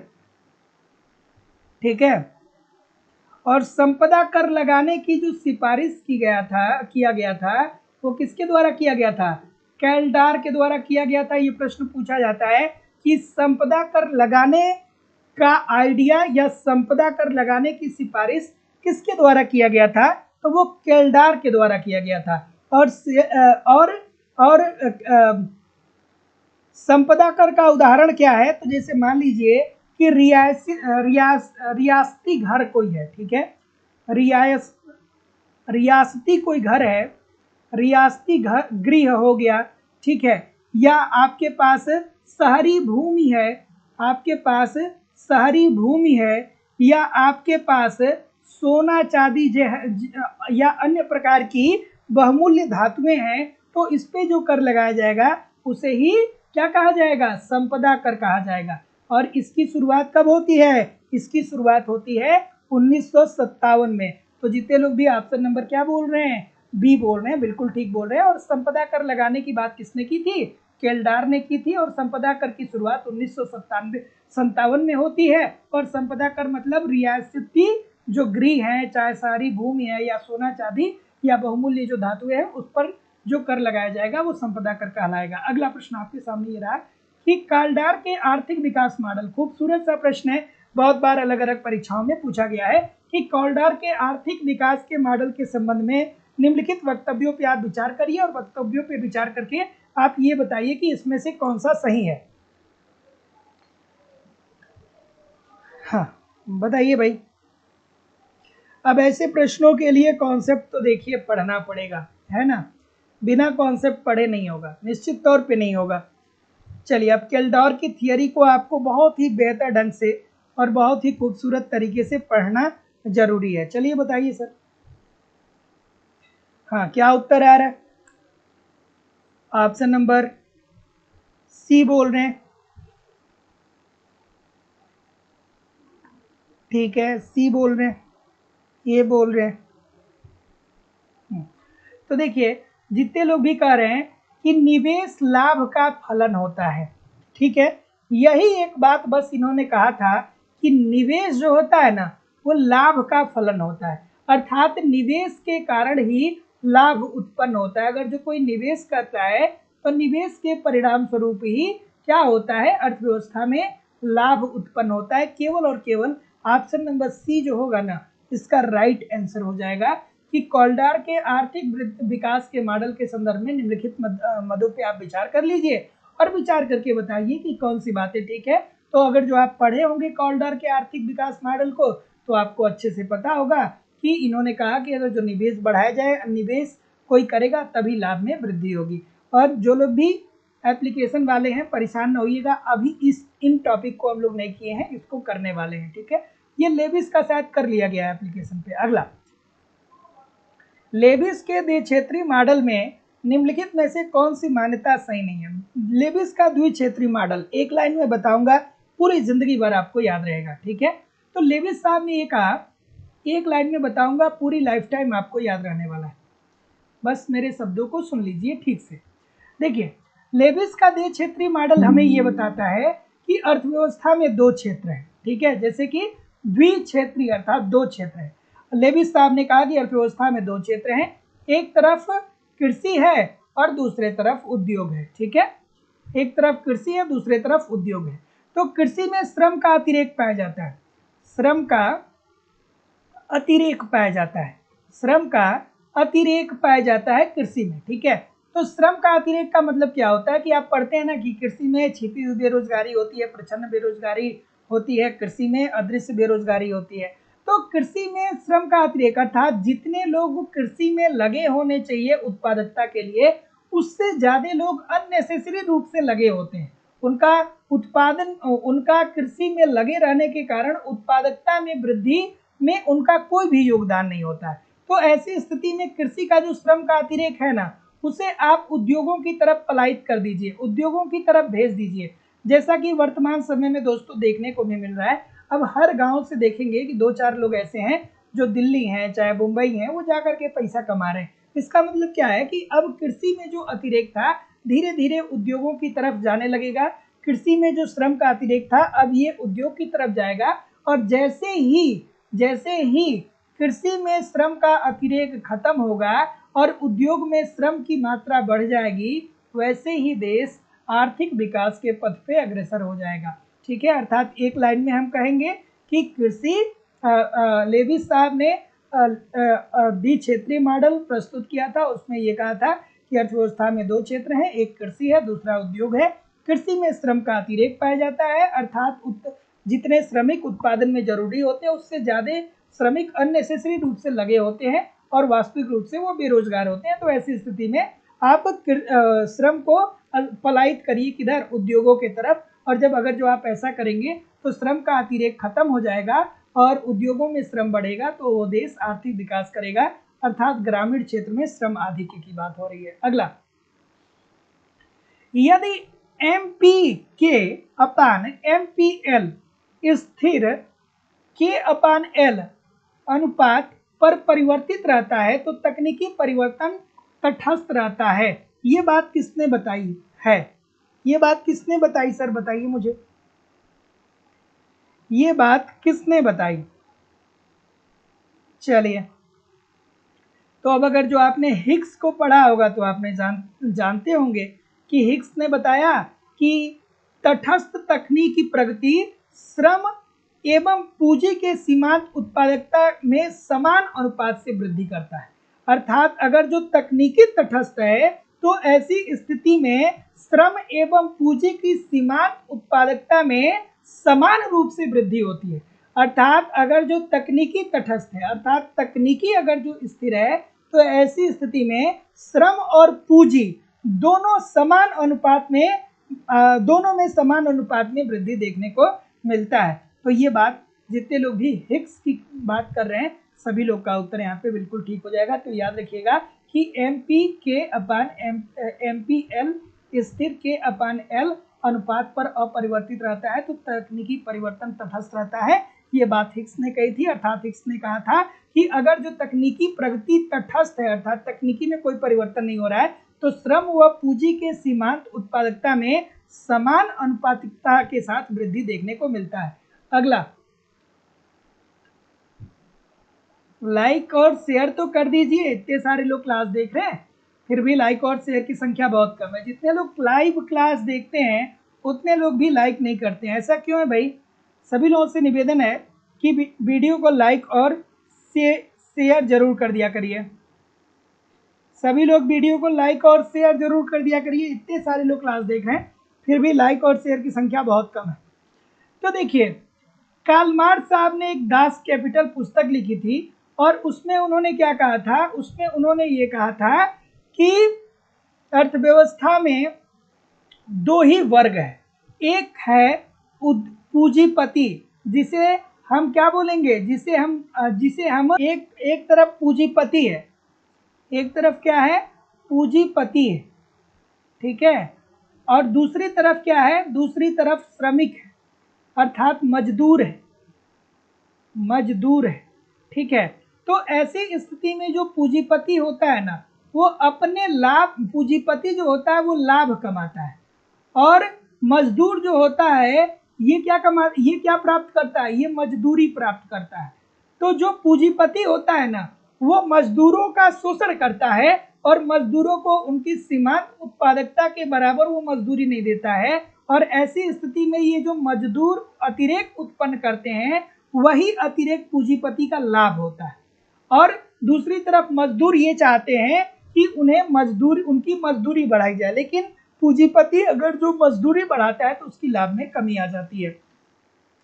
तो जितने लोग भी ऑप्शन नंबर क्या बोल रहे हैं, जितने लोग भी ऑप्शन नंबर क्या बोल रहे हैं? सी बोल रहे हैं, ठीक बोल रहे हैं कि मार्क्स के अनुसार अतिरेक श्रम ही पूंजी संचय करता है। बिल्कुल ठीक है, अतिरेक श्रम होगा तो ऐसी स्थिति में उत्पादन ज्यादा होगा तो पूंजी का संचय पूंजीपति ज्यादा करेगा, या पूंजीपति इट मीन्स कि जो पूंजी लगा रहा है, उद्यमी, बार बार में उद्यमी शब्द दिमाग पे नहीं आ रहा था, उद्यमी याद रखिएगा, ठीक है। पूंजीपति कौन होता है? उद्यमी होता है। वास्तविक श्रम और निर्वाह के लिए किए गए श्रम, जिसके लिए मजदूरों को कुछ नहीं मिलता है, के बीच अंतर ही श्रम का अतिरेक होता है। यही तो मैंने आपको बताया। तो जितने लोग भी सी बोल रहे हैं ठीक बोल रहे हैं। अगला, कि श्रीमती जॉन रॉबिन्सन के अनुसार स्वर्णिम युग होता है। चलिए भाई, आर्थिक समृद्धि का मॉडल जब आप पढ़ते हैं तो वहाँ पे श्रीमती जॉन रॉबिन्सन को भी आप पढ़ते हैं। उन्होंने एक पुस्तक लिखी थी द एक्युमुलेशन ऑफ कैपिटल। क्या लिखा था? द एक्युमुलेशन ऑफ कैपिटल उन्होंने लिखा था और उसमें उन्होंने क्या बताया था, बताइए। ठीक, हाँ, तो देखिए, श्रीमती जॉन रॉबिन्सन के अनुसार स्वर्णिम युग क्या होता है, अर्थात डेल्टा एन अपान एल जो जनसंख्या की वृद्धि दर को बताती है और डेल्टा के अपान के पूंजी की वृद्धि दर को बताती है। तो ये कहते हैं कि अगर जो delta N upon N is equal to delta K upon के बराबर होगा, तो यहीं पे अर्थव्यवस्था में पूर्ण रोजगार का स्थिति विद्यमान होगा। अब पूर्ण रोजगार की स्थिति क्या होती है, एक बार नहीं बहुत बार बताया, तो जितने लोग भी ए बोल रहे हैं ठीक बोल रहे हैं। अगला कि आर्थिक विकास का क्लासिकल मॉडल किस पे जोर देता है? क्लासिकल मॉडल किस पे जोर देता है भाई? क्लासिकल मॉडल किस पे जोर देता है?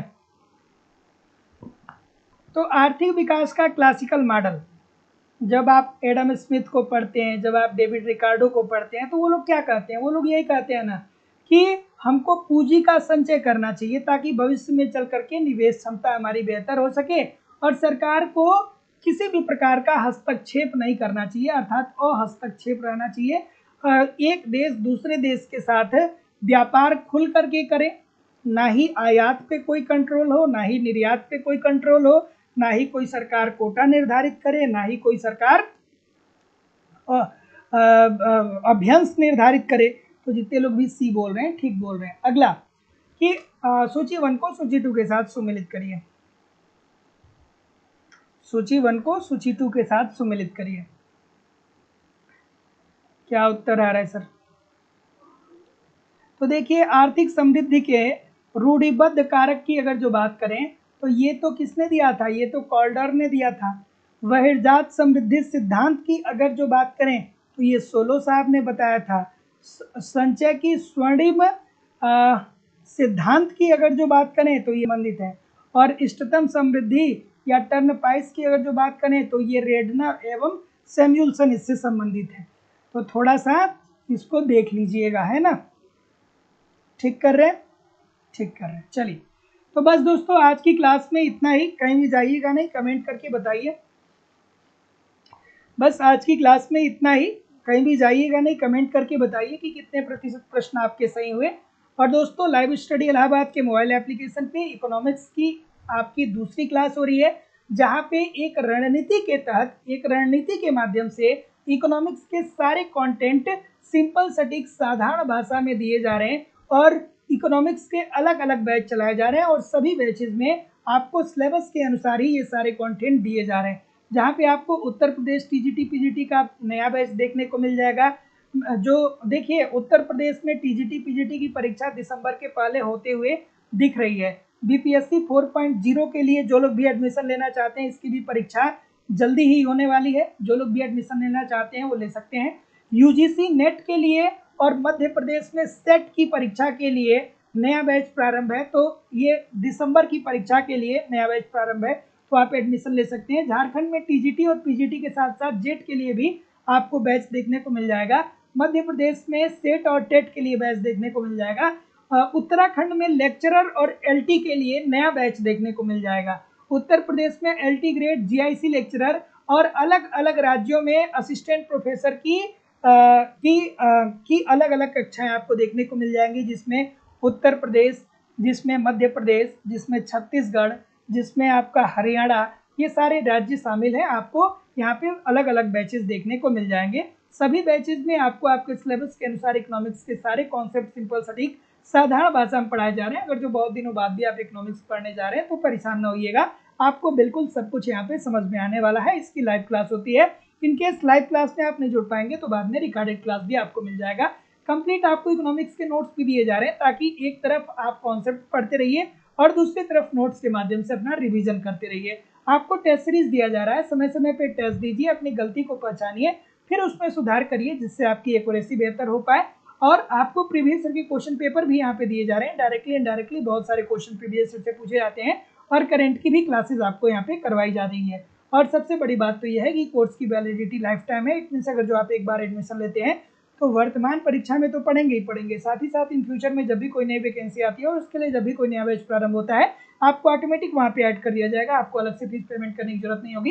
एडमिशन की फीस केवल और केवल 2000 रुपये है। तो सिंपली एडमिशन लेने के लिए गूगल पे, फोन पे या पेटीएम के माध्यम से आप अपनी फीस इस नंबर पर सबमिट कर सकते हैं, और उसका स्क्रीनशॉट आपको इसी व्हाट्सएप नंबर पर सेंड करना होगा। किसी भी इंक्वायरी के लिए आप इस नंबर पे कॉल या व्हाट्सएप मैसेज कर सकते हैं। डिस्क्रिप्शन बॉक्स में जाकर के एप्लीकेशन को डाउनलोड करके डायरेक्ट भी कोर्स को परचेज कर सकते हैं। हाँ, हरियाणा में पीजीटी के लिए आपको बैच देखने को मिल जाएगा। ठीक है, इंक्वायरी के लिए इस नंबर पे आप कॉल कर सकते हैं। हरियाणा में पीजीटी के लिए भी आपको बैच देखने को मिल जाएगा। ठीक है, अगर जो अभी तक आपने चैनल को सब्सक्राइब नहीं किया, चैनल को सब्सक्राइब करके बेल आइकन को क्लिक कर लीजिए। और ईच एंड एवरी डे हमारी शाम को 7 बजे से क्लास होती है, तो समय से आप लोग क्लास को ज्वाइन करिए। So thank you very much everybody. मिलते हैं नेक्स्ट क्लास में, तब तक के लिए आप पढ़ते रहिए, आगे बढ़ते रहिए। नमस्कार दोस्तों, धन्यवाद।